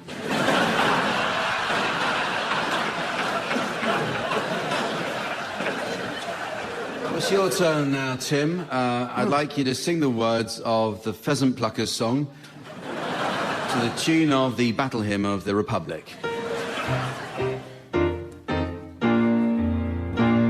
My husband is a keeper, he's a very busy man. I try to understand him and I help him all I can. But sometimes of an evening I feel a trifle dim, all alone and plucking pheasants when I'd rather pluck with him. I'm not the peasant plucker, I'm the pheasant plucker's mate. And I'm only plucking pheasants 'cause the pheasant's plucker's late. Not good at a pheasant's plucking, I get stuck. Though some pheasants find it pleasant, I'd much rather pluck a duck. Over plucking geese is gorgeous, I can pluck a goose with ease. But plucking pheasants is sheer torture, for they haven't any grease. I'm not the pheasant plucker, he has gone out on the tiles. He only plucked one pheasant, and I'm sitting here with Pa.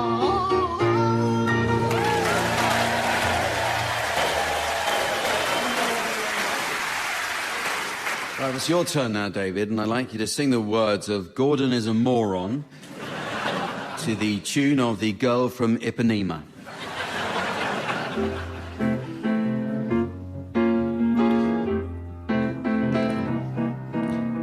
I've been going out with a girl, her name is Julie, but last night she said to me when we were watching telly, this is what she said. She said, listen, John, I love you, but there's this bloke I fancy. I don't want to two-time you, so it's the end for you and me. Who's this bloke? I asked her. Gordon, she replied. Not that puff, I said, dismayed. Yes, but he's no puff, she cried. Oh, she is cruel and heartless to pack me for Gordon just 'cause he's better looking than me, just 'cause he's cool and trendy, but I know he's a moron. Gordon is a moron. Gordon is a moron.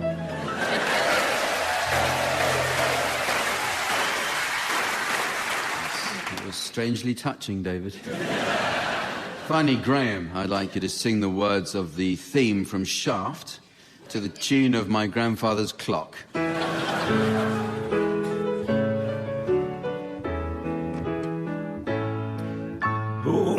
Oh dear. Welcome to the sound of mucus. Do you want someone to clean your microphone for you, Graham? What's that? Who's the black private dick? That's a sex machine to all the chicks. Shaft, you're damn right. Who's the man that would risk his neck for his brother man? Shaft, can ya dig it? Who's that cat won't cop out when there's danger about? Shaft, right on, you see. This cat, Shaft, is a bad mother. Shut your mouth, but I'm talking about Shaft. We can dig it. He's a complicated man, but no one understands him but his woman. His name's John Shaft.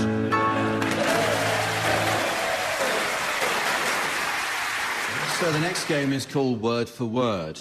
In Word for Word, each team will take turns to exchange a series of words, while the opposing team should challenge if they spot a connection between any of these words. So if, for instance, in our time was followed by anybody, I think we'd all be surprised. Tim and David, you can start exchanging your unrelated words, while Barry and Graham should challenge to take over play if they detect a connection. So off you go, Tim and David. Sorcery. Curtains. Juniper. Thoughtlessly.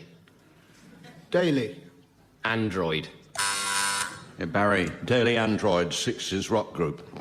I've got the album. Could you hum one of their songs, Barry? I have in my... They call me the Daily Android. Okay, you win.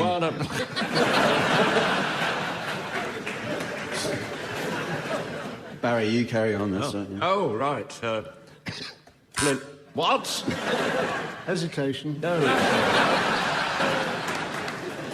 Shall I carry on? Please, Barry, yes, I'm sorry about Tim. Not at... Aren't we all? Flint. What? Plinth. Oh, that was my word. What?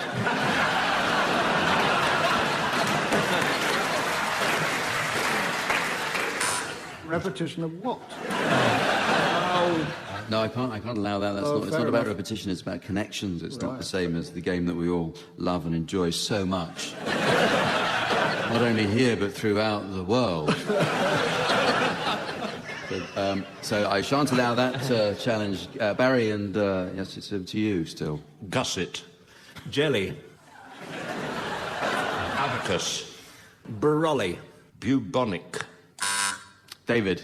Well, with a lot of plague around, people are sneezing, a lot of brollies were carried to keep, literally to keep the snot off them. I accept that. I accept that connection. Thank you. Desk. Mandolin. Cat. Graham. Mandolin Cat, that was Daily Android's big hit, wasn't it? Second track on the album. Yeah. Well spotted. I was wondering if you were going to come in with that. Don has meant that is the end of that particular round. Yes. We're going to revive a great old TV show now, Opportunity Knocks. Running from 1956 for over 20 years, it was where young hopefuls wanting to get into show business got the chance to perform, and then the audience would vote for a weekly winner. That's such a great format. It is amazing the idea hasn't been stolen for today's TV by some lazy self-promoter, isn't it? But you'd be hard-pressed to match Huey Green and his famous clapometer. Oh, yes, they did rigorous health checks in those days. But with such a format going to waste, we couldn't resist bringing you our new round called Buckinghamshire's Got Talent.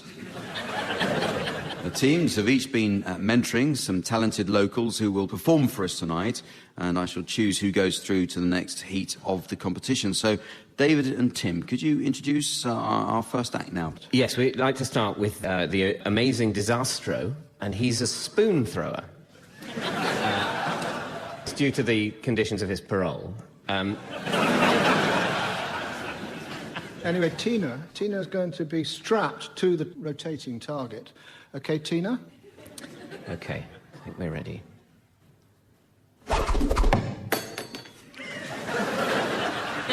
Steady, Tina, don't move.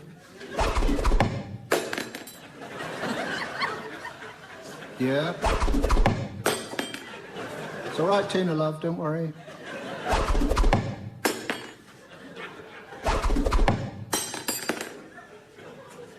That is fantastic.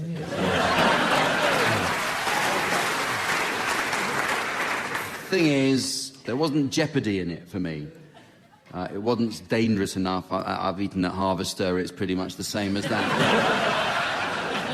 So you now, Barry and Graham, would you please introduce the act you've been mentoring now? Yeah, well, Jack, we're very excited. The act that we'll be mentoring tonight is Terry Wimple. Yes. Terry hails from the leafy Gatehouse area, right here in the very heart of Aylesbury. And this is an amazing act. Yeah. He will be reciting poetry while beating himself over the head with a tin tray. He told me he's a little nervous, as this is his first public performance, but he's doing it in remembrance of his granny, Vera Wimple, a well-known figure on the poetry circuit, who sadly passed away following a tin tray-related skull fracture at last year's Hay Festival. The poem Terry's chosen for this performance is The Raven by Edgar Allan Poe. Take it away, Terry. Once upon a midnight dreary.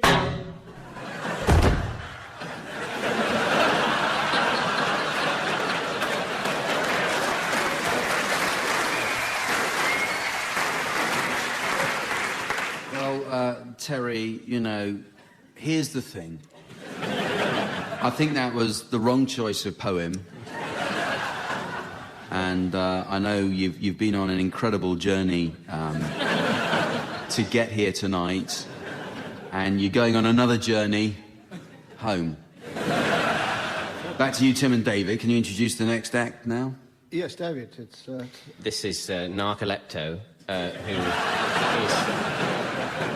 he's made plate spinning so much more contemporary. It's made as an art, really, isn't it? He has. Yeah. And it's all the more moving because he's struggling against, you know, a disability. I think you'll all be impressed and moved. Take it away, Narcolepto. Spinning. Look at those plates spinning. Just the speed Dozens of light, of them isn't it? spinning. Yeah. He's got a gravy boat spinning, which is... Oh dear, Oh, no. Oh. Yeah. Still okay. Oh, Some of them are still spinning. It's... That can happen with narcolepto. Yeah. Before he fell asleep, it was amazing. Yeah. Is it true he's driving home? Barry and Graham, who else have you got for us? Well, this man's in a great tradition. He's a fire eater, the great Flambeau from Great Missenden. Yes. And in fact, Barry, the great Flambeau is Great Missenden's premier fire eater. Tonight he will be eating a steak flambe in unleaded Courvoisier, blindfold, while frying a pan of chips. And, right, I can see he's up on the unicycle, so... over to you, Flam...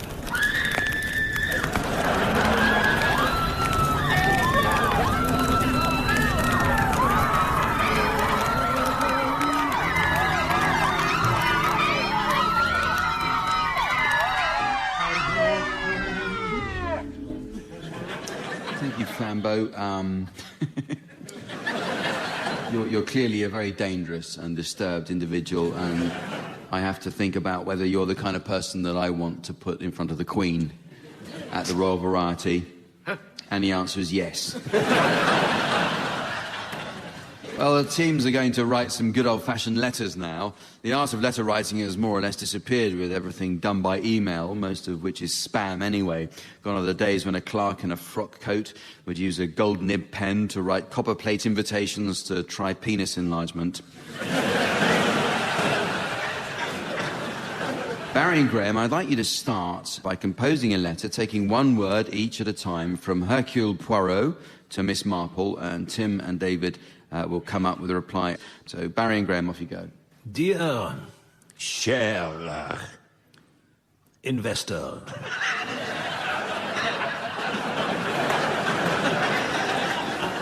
I am engaged in investigating a murder on the Aylesbury bypass.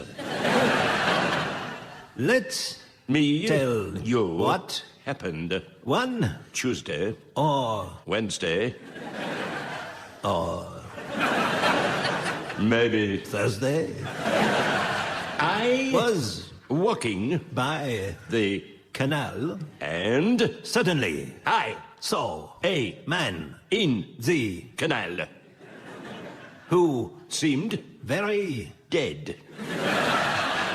Immediately I went in to the shop and bought a pair of water wings.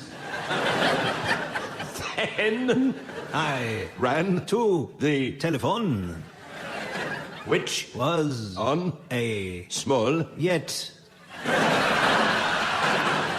attractive plinth. So I rang the police and told them about the body. here Here, they cried. because They already knew of the body in the canal because it was inflatable.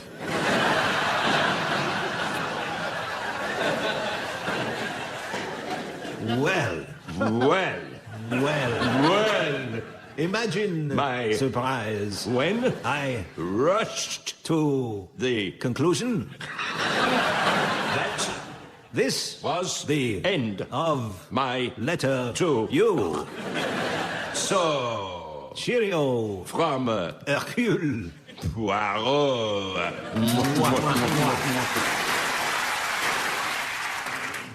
Dear, Poirot, I don't think that you quite understand the intricacies of murder. because I have come to the conclusion that many men are dead. meanwhile The nub of this question must lie in the inflatable man who is still in the canal. Who is he? I Wonder. can You tell me about his history. for Reasons I wish to keep. secret. I Would like to see him in a large dinghy. and Perhaps I would give him. one. Please, Will you send me his address lots of love. Jane.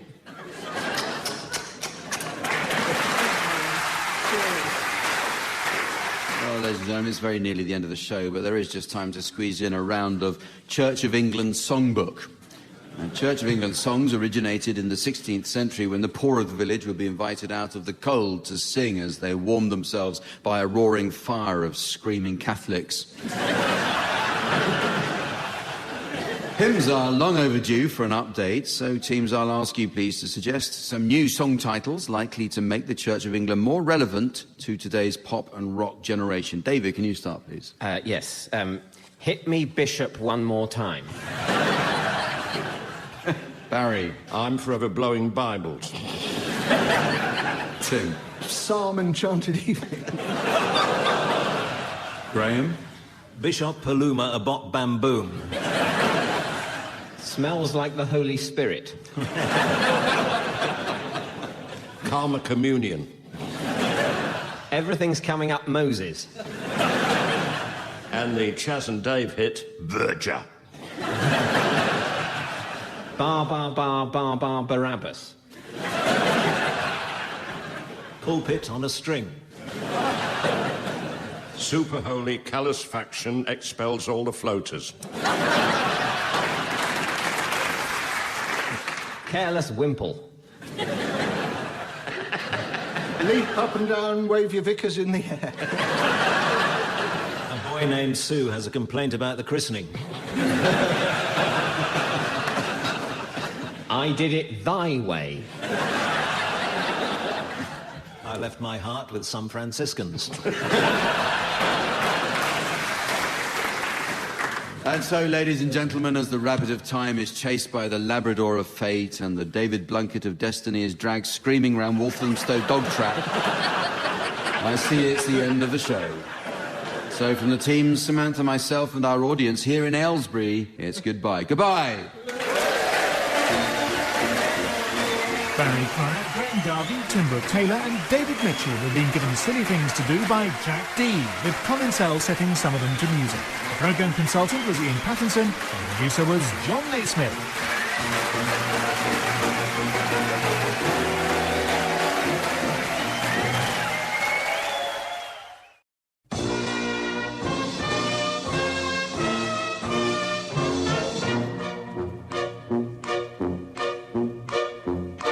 We present I'm Sorry I Haven't a Clue, the antidote to panel games.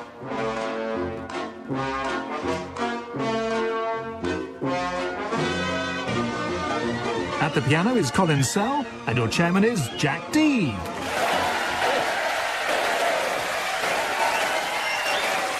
Hello and welcome to I'm Sorry I Haven't a Clue. You join us today on a second visit to Aylesbury, the town known to locals as the Acapulco of Buckinghamshire. Because it makes them want to throw themselves off a cliff. The aviation pioneer Geoffrey de Havilland was born here and in 1908 decided to design and build an aeroplane. De Havilland spent 2 years trying to teach himself to fly, which was what convinced him he needed an aeroplane. De Havilland went on to found his own military aircraft factory and during World War II offered the RAF his new Mosquito bomber, but they said they were more interested in bombing Germans.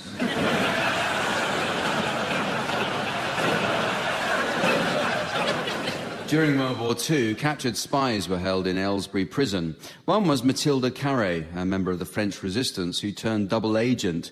Specialising in sabotage, Carré was codenamed the Cat because, rather like a cat in the dead of night, she liked to have noisy sex behind the dustbins.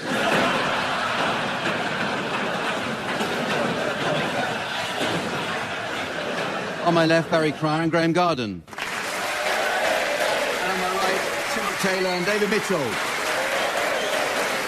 And taking up her usual position and ready to score, please welcome the ever delightful Samantha.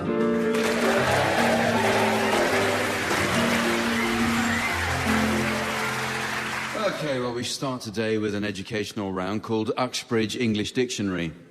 The English language has borrowed many foreign words which appear to be interchangeable, but this isn't always true. For example, many people don't know the technical difference between broccoli and calabrese. Well, speaking as someone who trained as a professional chef, I can tell you that calabrese refers to the green-leafed sprouting variety of Brassica oleracea italica, which is often lightly steamed to accompany pasta dishes, whereas broccoli is between Lewisham and Catford.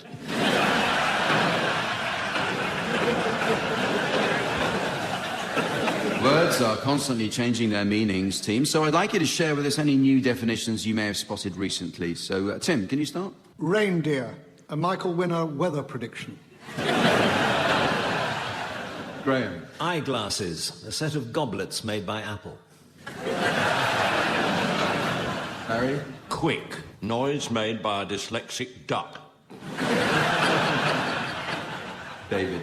Tuber, someone who makes tubes.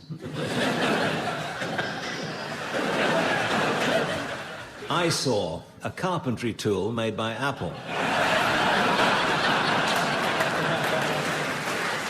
Whiff, noise made by a dyslexic dog.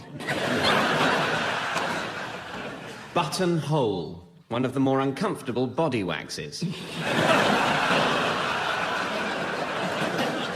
Icelander, to tell lies about Apple.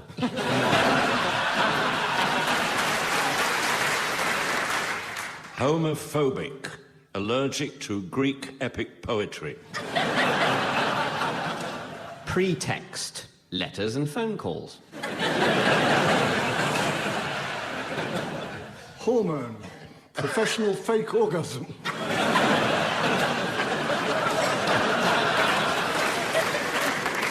Ovaltine, a fat adolescent.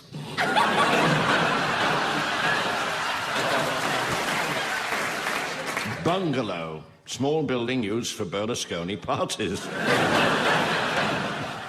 Plain song, Eviva España on landing. Candid, past tense of can do. Testicle, a boatmaker's first attempt at a coracle.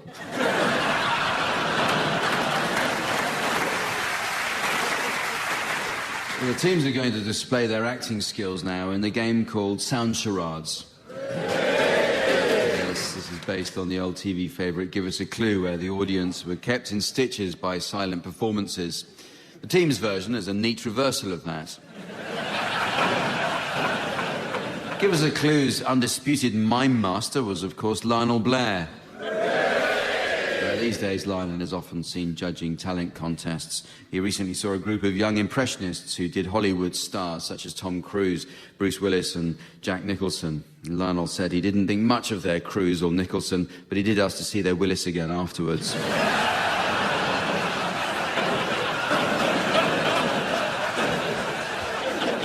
Tim and David, you're to start, please, and your title will shortly be displayed to the audience via the laser display screen.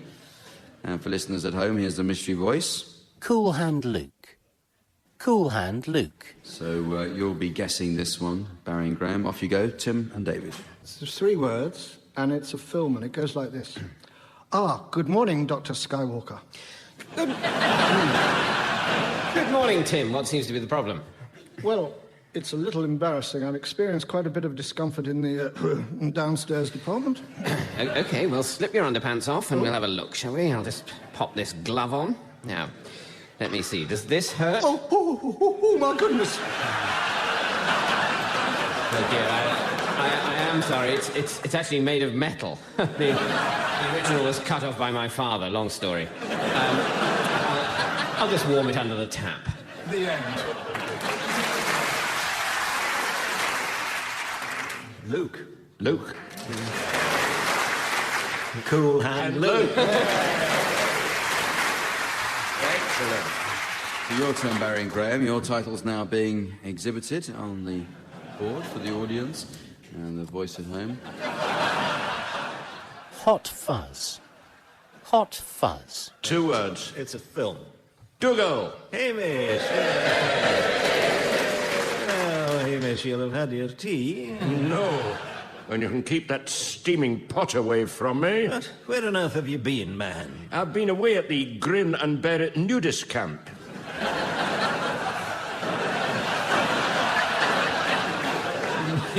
Nudist camp, do they still have those?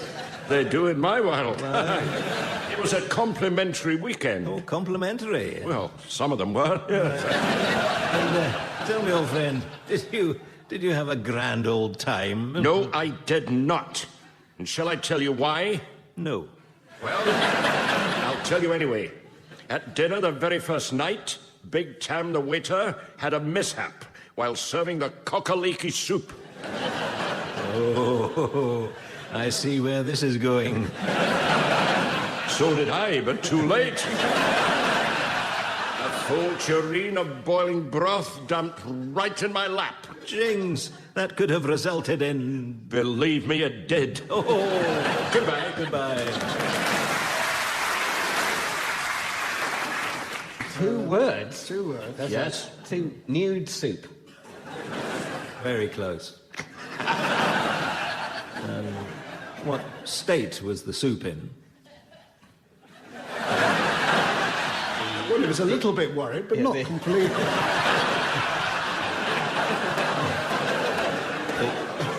The liquid state. No, it was fresh. Soup coming straight out of Hot. the kitchen. Hot groin. Oh, I can't believe this. Hot private. Hot. Time's up. Hot fuzz. No, I have it written down. Sorry, I confused you there, didn't I? We move on to a round about etiquette now, and specifically the advice given to young wives in the early 20th century. And we're looking at the 1930s when the social season dictated that young ladies would be presented at court for the monarch's coming out balls. George V employed someone to tuck them back in for him. Okay, so I brought with me a selection of genuine advice for young wives taken from a 1930s etiquette book, certain parts of which have been removed, and your job, teams, is to fill in the missing sections. Okay, so do, above everything, eliminate from your vocabulary that objectionable phrase, Hello, my name's Anne Robinson. I told you so. It's not clever to run down your husband in front of friends and neighbours. You may think it makes you look big, but most people will go away and say you are a... dangerous driver.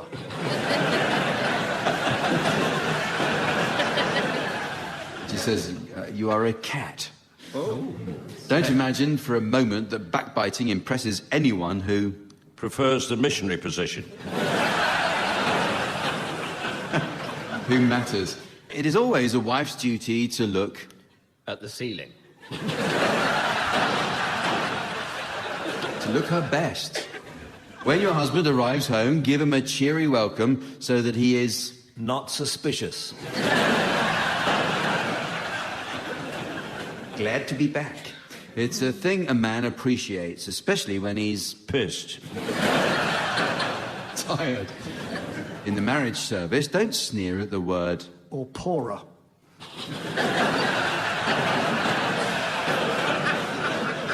obey. There is a great deal of truth in Tennyson's words. An obedient wife... is a man's... oh, sorry, dear. Yes, just coming. An obedient wife commands her husband. If your husband's income falls away in any way, don't wait for him to suggest it, but bring forward at once any methods by which you can... divorce him. economise in housekeeping.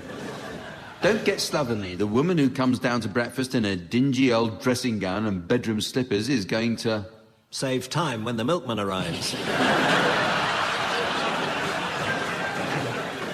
It says, suffer when compared with the smart little well-turned-out typist in her husband's office. Don't forget that very true remark that while face powder may catch a man... Oxo gives a meal man appeal. Almost. Baking powder is the stuff to hold him. Your steamed puddings may be excellent, but that is no reason why your husband or family should see you wandering about without a bra.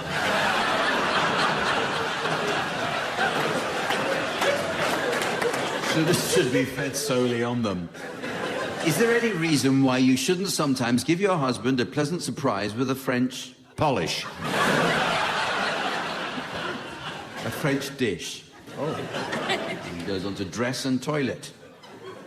Don't dress for other men or women, but dress for your husband. If there is a particular dress that he likes, put it on occasionally, even if it is his turn to wear it.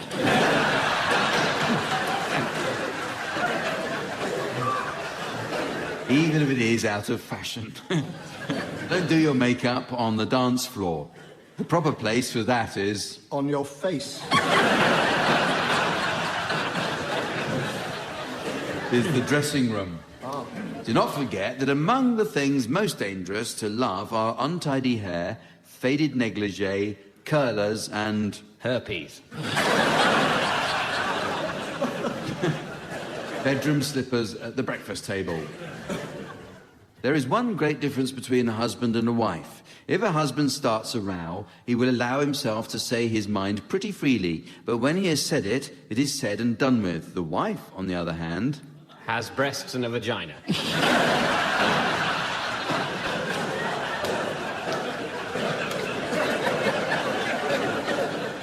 May be more careful of what she says at that time, but she will rake it all up again at a later opportunity.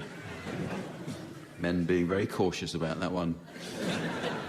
It's now time to play the game called Mornington Crescent. First, we have our correspondence spot. Now, we can't reply to all the letters we receive from listeners every week because we don't read any of them. But I did see this one. It's from a Mrs. Trellis of North Wales. And she writes, "Dear teams, when I noticed in the Radio Times that your show was back, there were 3 big ticks next to the listing, so I sprayed them with DDT. Yours, etc., Mrs. Trellis." Well, this week we'll be playing the Cockney version of the game made popular in London's East End. So remember, teams, positional play is illegal on any given diagonal, and each move must be preceded by the official rhyming slang. Right. Okay, so Tim, you can start. I'll start with a William and Kate, Notting Hill Gate. Michael Caine, Chancery Lane. Good. Portaloo, Waterloo. Oh, does that count as given? No, it's not given. No, that was but obviously past. And it's not really a diagonal either. Clickety-click, Hackney Wick. Very good. Julie Birchall, Barking.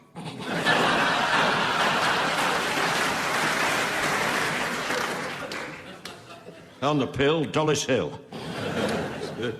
Lords on the Pull, Baron's Court.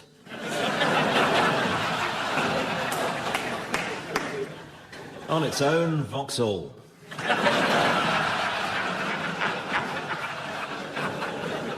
J. Arthur Rank, Bank. Oh.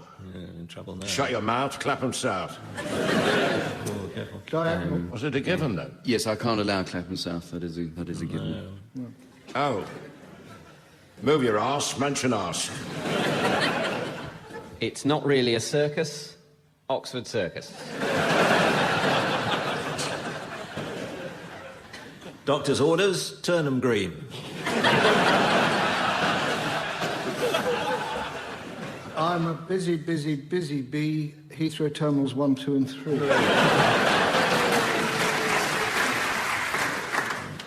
Oomy Blisters, Seven Sisters. Useless for shopping, Wapping. A short walk in the Hindu Kush, Shepherd's Bush. Quite unpleasant, Mornington Crescent.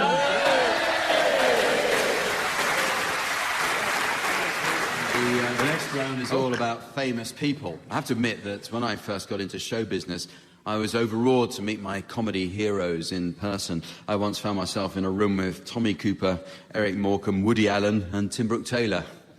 To put that in perspective, if you were, say, a science student, that would be like meeting Aristotle, Galileo, Isaac Newton and Tim Brooke-Taylor.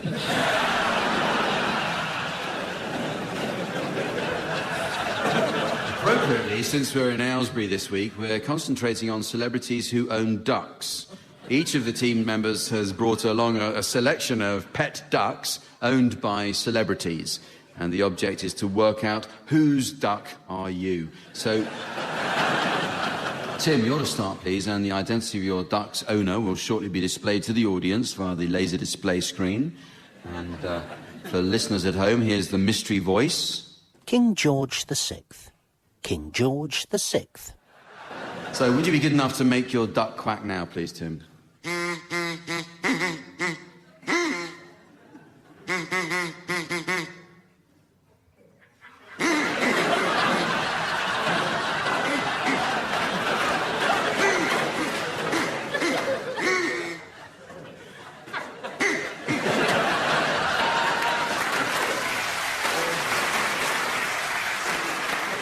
There's a degree of hesitation there. Is it the King's duck? King George. King George the Sixth. Correct. Yes.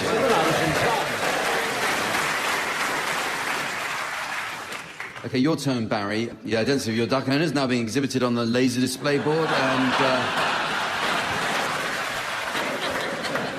and here again is the mystery voice for listeners at home. Sid Waddell, TV's voice of dance.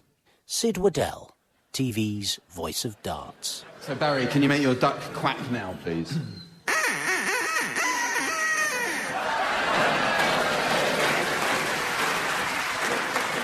Any idea? Could you do it again, please, Barry?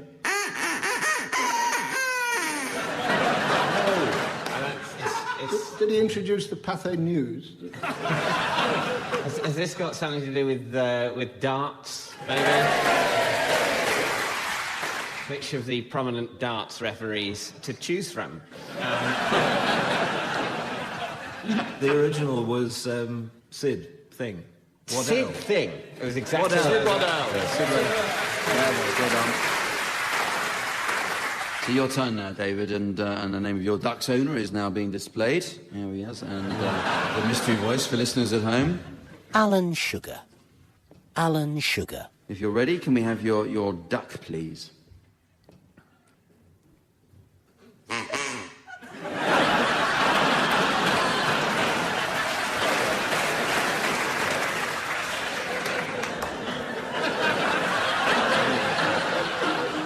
Marcel losing the plot. Sieg Heil? Will you do it again? Of course. Hello. Leslie Phillips. It's sort of less of a warm greeting. Who says piss off, then? Well, Very warm. Gordon Ramsay. Alan Sugar. And finally, Graham, the identity of your duck's owner is now being displayed. Here once the mystery voice. Barry Cryer. Barry Cryer. So, Graham, when you're ready, can we please hear your duck?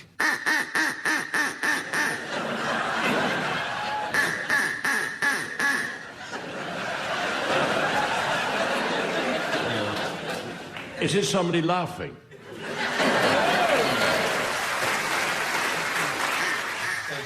Tommy Cooper.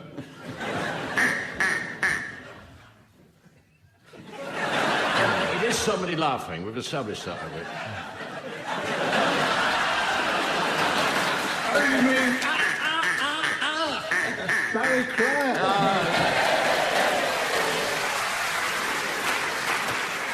Well, it's music time with Swanee Kazoo. This is where the teams duet to combine the velvety smooth swanny whistle with the raucous rasp of the kazoo. Once considered an odd combination, the two instruments now make a partnership as obvious as Samson and Delilah. Musical accompaniment will be provided by Colin Sell. Now, you might be interested to learn that Colin is touring his Liszt recitals this week. He's doing From Large White Loaf through to Toilet Rolls. Tim and David, you can start, and I'd like you to provide us with a rendition of It Don't Mean a Thing If It Ain't Got That Swing, to feature David Mitchell on the kazoo and Tim Brooke-Taylor on the swanny whistle.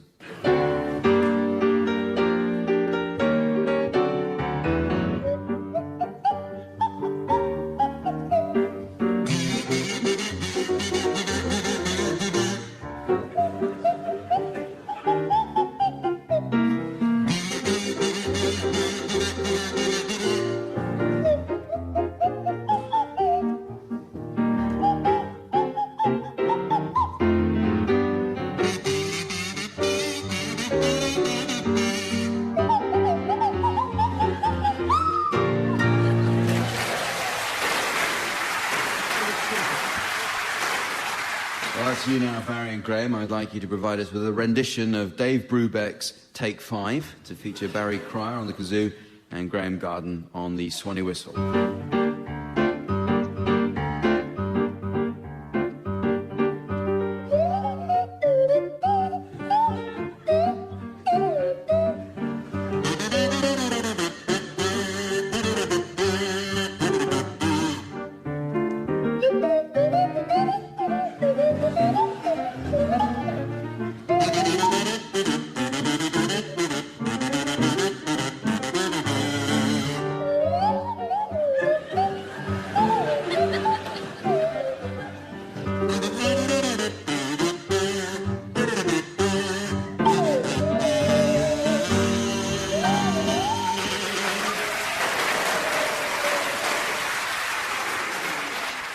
Okay, isn't it terrible the way older listeners are patronised these days? I said, isn't it terrible the way... Now, we have a special round now aimed at the older listener, so the younger one can go out and make a cup of tea. As there are now more mobile phones in Britain than people, text messages have become the means of communication of choice for millions. But text acronyms have so far been devised only for younger users. So, teams, I have a selection of popular acronyms with me, and I'd like you to suggest what they might mean to the older listener. So, Barry, you can start. What does this stand for? OMG. Oh, my gout. It's meant to be oh my God, of course. David, how about this? TBC. That's to be cremated. Tim, MYOB. Make your own Bovril. As opposed to mind your own business. Graham, BRB. Blue Rinse Babe. It means be right back to the younger people. Back to you, Barry. WTF. Whoops, tiny fart.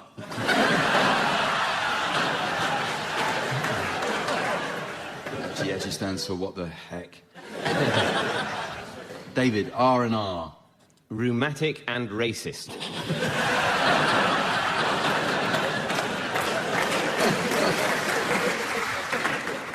That's rest and recuperation, of course. So here, some for any of you to have a go at. OAP. On a promise. NIMBY, NIMBY. Naughty in me breeches yesterday.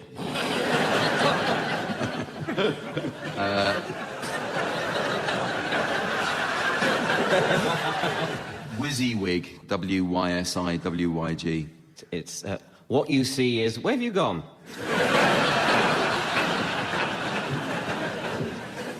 That's what you see is what you get, of course. BFF.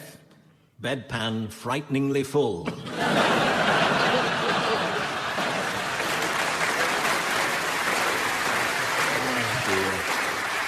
And so, ladies and gentlemen, as the horse of time walks into the pub of destiny, and the barman says, "What, you think I believe in talking horses?" And by the way, I know you have a long face. You're a horse. Now get out. I notice it's the end of the show. So, from the teams, Samantha, myself, and our audience here in Aylesbury, it's goodbye. Goodbye. Barry Cryer, Graham Garden, Tim Brooke-Taylor and David Mitchell were being given silly things to do by Jack Dee, with Colin Sell setting some of them to music. The programme consultant was Ian Pattinson, and the producer was John Naismith.